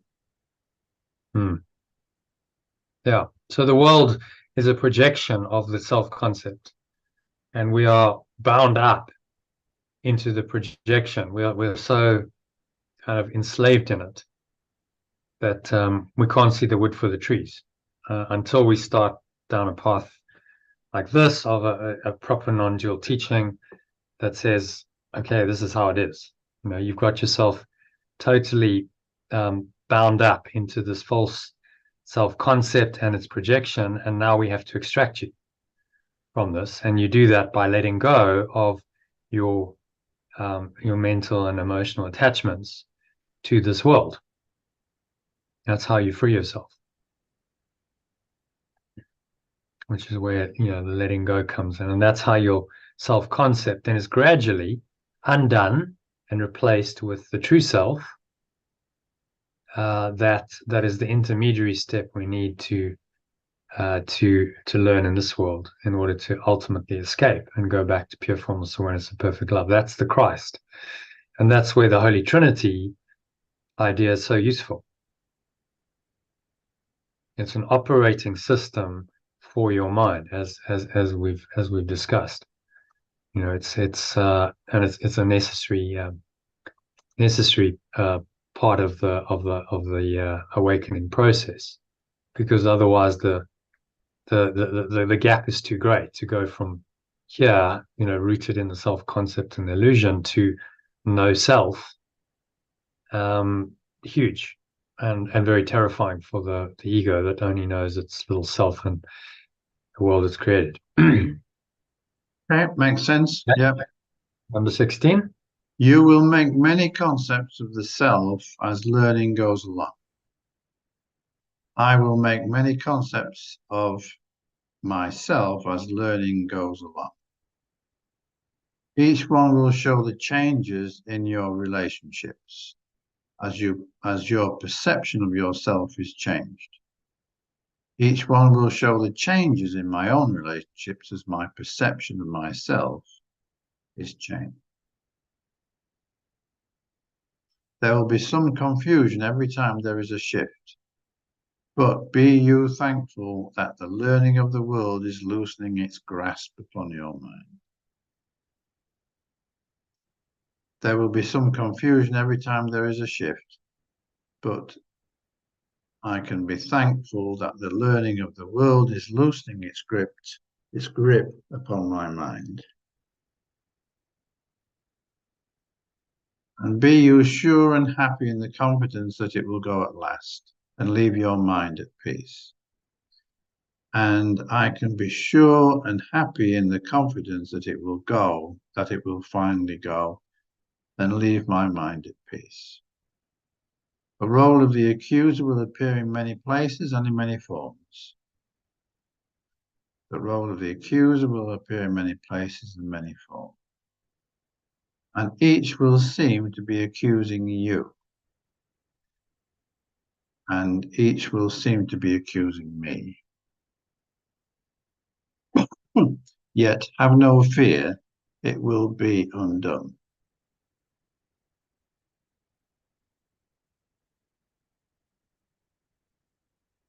So he's saying here that, I'll read from the top. I will make many concepts of myself as my learning progresses. Each one will show the changes in my own relationships as my perception of myself is changed. There will be some confusion every time there is a shift, but I can be thankful that the learning of the world is loosening its grip upon my mind. And I am sure and happy in the confidence that it will finally go and leave my mind at peace. The role of the accuser will appear in many places and many forms, and each will seem to be accusing me. Yet I will have no fear that it will not be undone. So he's saying here that as we progress towards our own real awakening, our relationships in the world, our apparent relationships in the world will change to reflect the changes within ourselves. Yeah. And although these situations will evolve and new lessons will emerge and new challenges will emerge, new accusations, new guilt will emerge perhaps, but it will be undone if we keep on the process.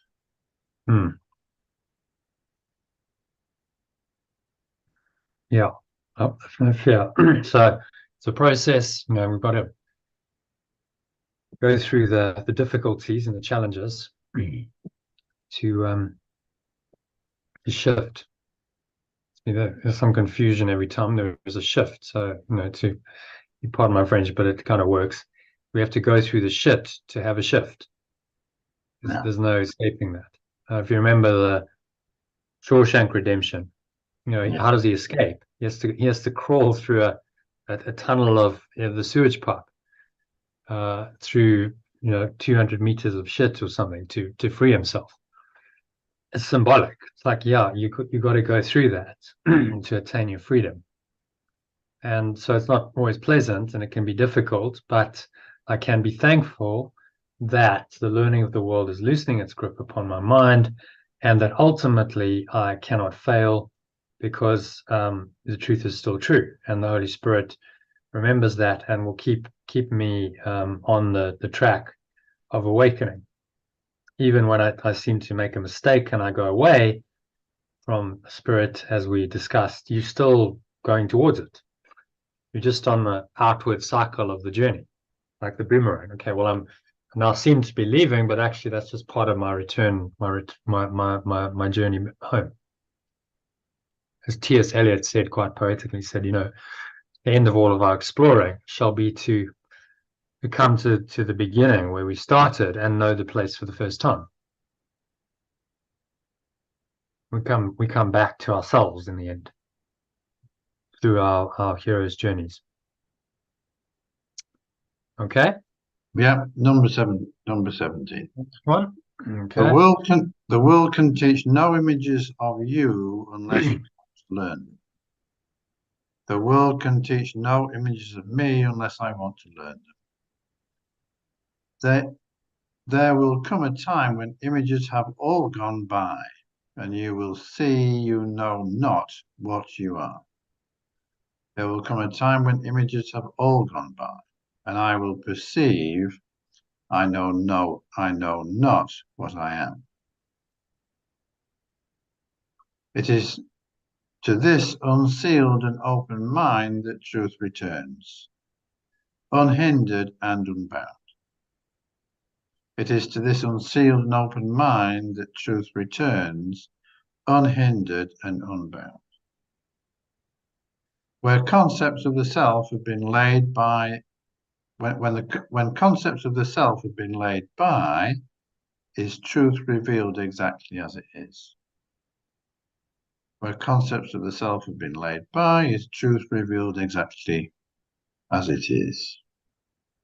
When every concept has been raised to doubt and question and been recognized as made on no assumptions that would stand the light, then is the truth left free to enter in its sanctuary, clean and free of guilt.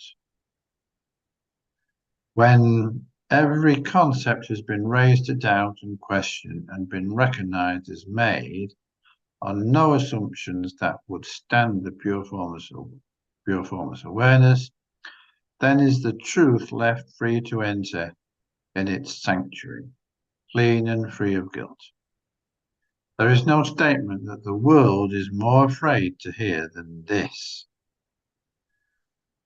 I do not know the thing I am, and therefore I do not know what I am doing, where I am, or how to look upon the world or on myself.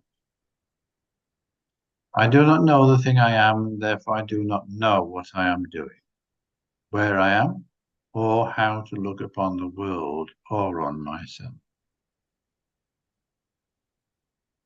Yet in this learning is salvation born, and what you are will tell you of itself.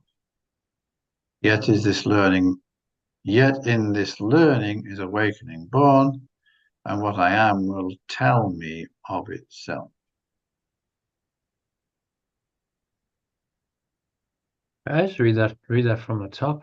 The world can teach no images of me unless I want to learn. There will come a time when images have all been released and I will perceive that I do not know what I am. It is to this unsealed and open mind that truth returns, unhindered and unlimited. Where concepts of the self have been laid by, is truth revealed exactly as it is. When every concept has been raised to doubt and question, and been recognized as made on no assumptions that can stand against the pure forms of awareness, then is the truth left free to enter in its sanctuary, clean and free of guilt. There is no statement that the world is more afraid to hear than this.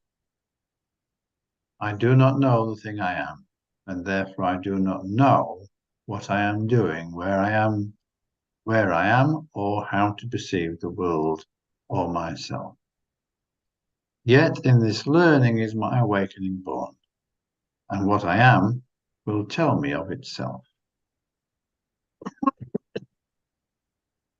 Okay, so what's he saying?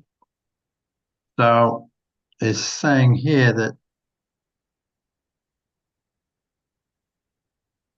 once we is saying essentially that we can only learn what we want, what we are open to learning, and if we are willing to let go of false concepts, then we create the vacuum into which truth can enter, as it will do. Clean and free of guilt. So he's saying that the ego has no bigger fear than when we want to give up our false beliefs and open ourselves up to spirit. Yeah. And a key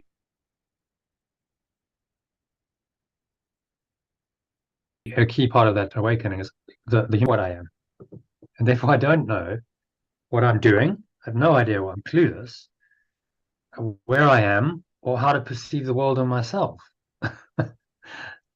So that's kind of the beginner's mind. You know, I think they call it in some of the Buddhist teachings, the beginner's mind. It's like, I don't know anymore. And so I have to be totally humbled to accept that state. And it's a very humbling thing if you 30, 40, 50, 60 years old to go, actually, I've got no idea. I thought I had an idea of how the world should work and what I am and etc. But I realize now I have no idea, and I never had an idea. You know, my whole life has been false. Not an easy realization to have. So I think that is why it gets harder as people get older to start accepting, because it's like, well, now my whole life's at stake. As there's a great short story by Leo Tolstoy, a judge called Ivan Ilyich. It's called the Life of Ivan Ilyich or something. And at the end of his life, he on his deathbed, he says to his wife, well, what happens if my whole life's been wrong? Yeah. He dies. It's like, well, that's the question. You know, let's say you're 70 or 80 and you're nearing your death, and you have to consider, well, what if actually my whole life's been wrong and I really have no idea of who I am, what I'm doing, what the world's really about. Not an easy realization. It's easier to do it when you're younger, because the mind is a bit more open. As he says, the unsealed and open mind, the truth returns, unhindered and unlimited. So you have to have an unsealed and open mind. Can we just go on to the summary, John? Yeah, sure. The learning of the world revolves around constructing a concept of oneself that aligns with the world's perceived realities. This self-concept serves as an image compatible with the world's illusions. As one matures, this image is perfected to correspond with the world's demands. This concept of self is a fabrication. It doesn't represent my true essence, which is pure formless awareness of perfect love. The world offers a dual-purpose self-concept, one that embodies innocence, seeming loving and compassionate, yet can become angered by the world's perceived wickedness. Okay, so what's he saying in that one? Or I was saying that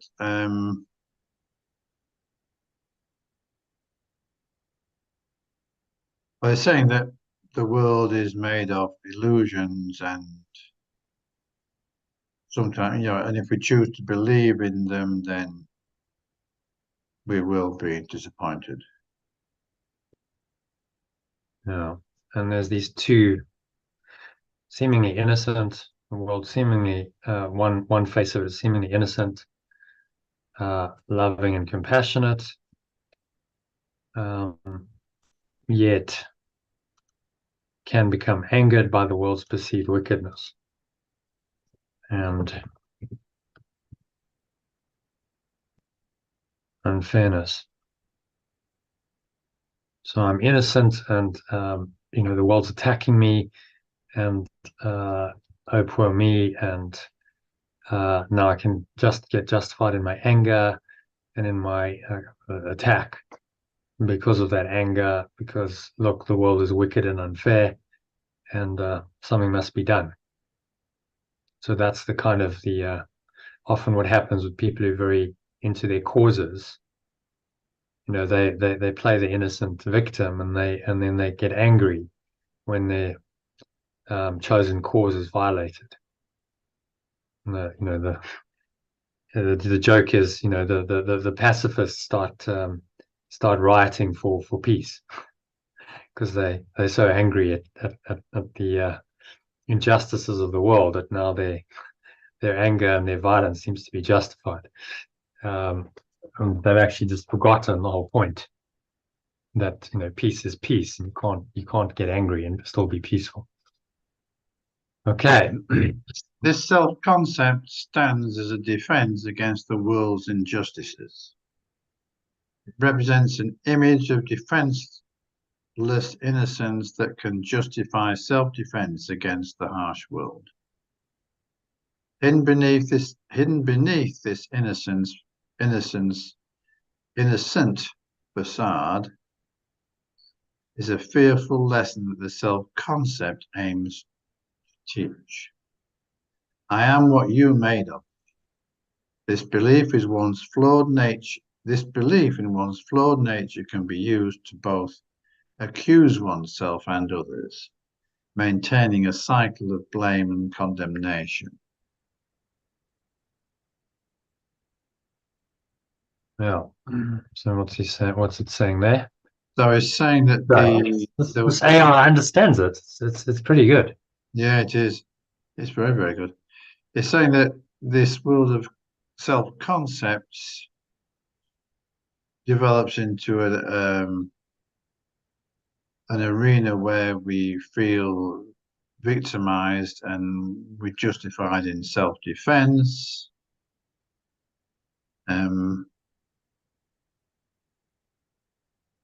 Which just perpetrates this cycle of attack and counterattack. And you can see that, observe it in the world. This is why we have ongoing conflicts in places like the Middle East, because it's just ongoing. No one's really letting go of their false self-concept. It's just perpetuating from generation to generation. Yeah. And they're still fighting each other. Yeah.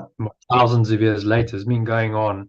If you read the Bible, it's been going on since Israel, the tribe of Israel came from Egypt, and they invaded, didn't they? And they they tried to take over the promised land and drive out the sort of native tribes. And that's the origin. It's been going on since then. Yeah, yeah, No yeah. no forgiveness, no release from that cycle of blame and condemnation, and so you just get continuous anger, resentment, and then sooner or later that bubbles up into violence, and Yeah. then you get a war. I'm going to go in a couple of minutes, John, if we can just finish. Yeah. Concepts, including that of self, aren't natural. They're learned and created. They underpin the world, but cannot prove its reality. This self-concept is elusive and has been prioritized in worldly teachings, guiding me to follow its laws without questioning. Yet the remembrance of perfect love suggests reconsidering this concept to attain peace. There's an interplay between the roles I assign to others and how I perceive myself. Changing these perceptions affects relationships and introduces confusion, but ultimately loosens the world's grip on me.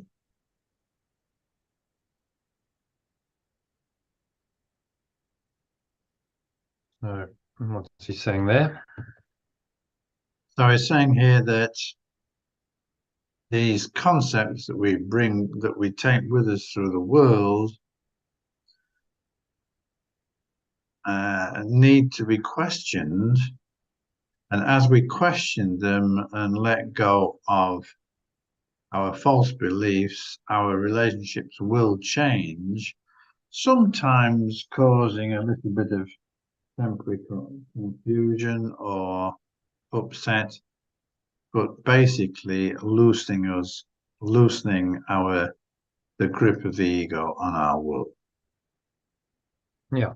So it's a process, and we just got to kind of go through that process of temporary confusion and disorientation, and what's going on, and understand that that's part of awakening. There's no way not to experience that. I think the illusion is people like Yeshua and the Buddha, they just kind of had it easy and they sort of just got it, but they had to go through it as well. Everyone has to go through that kind of discombobulation, confusion too, in order to awaken. Okay. Yeah. Last one. The world offers many concepts, self-concepts as I learn, reflecting shifts in my perceptions and relationships. Despite temporary confusions, there's hope for mental peace as the world's teachings slowly lose their hold. The accusations and self-imposed guilt will eventually dissipate. The genuine truth reveals itself only when I set aside all preconceived self-concept. The world fears the admission of not knowing one's true self. However, recognizing this ignorance paves the way for genuine awakening, allowing my true essence to enlighten me about my real nature.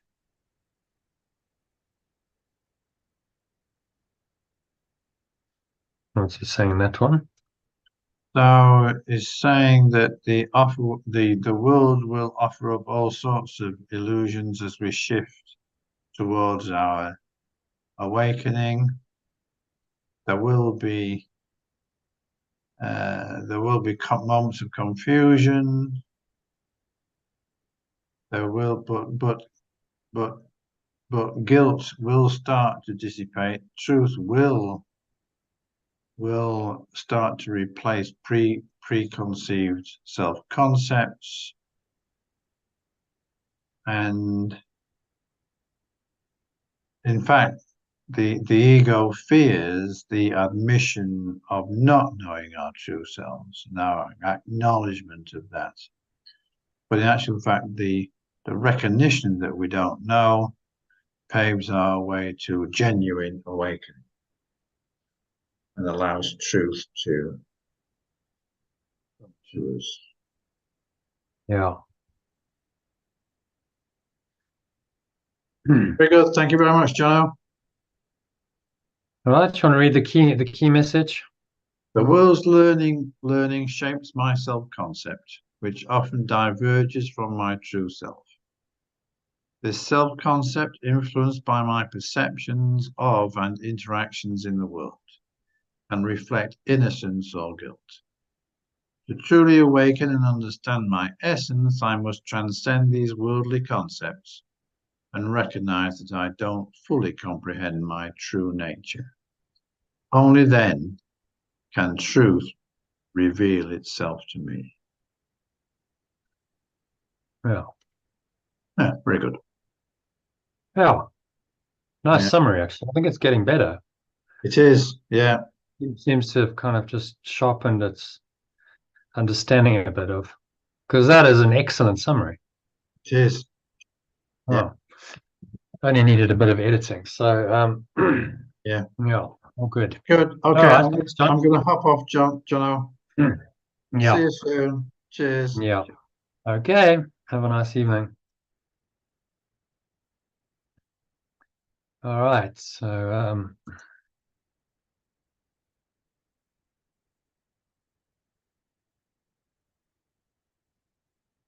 I think that's a wrap for tonight.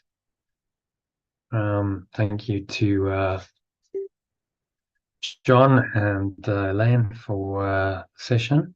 Hope you enjoyed that, and see you soon. So if you're not a member of the Go Club, then inviting you to join us in one of our live sessions. Generally on a Sunday, we do an open masterclass. So there's a link below.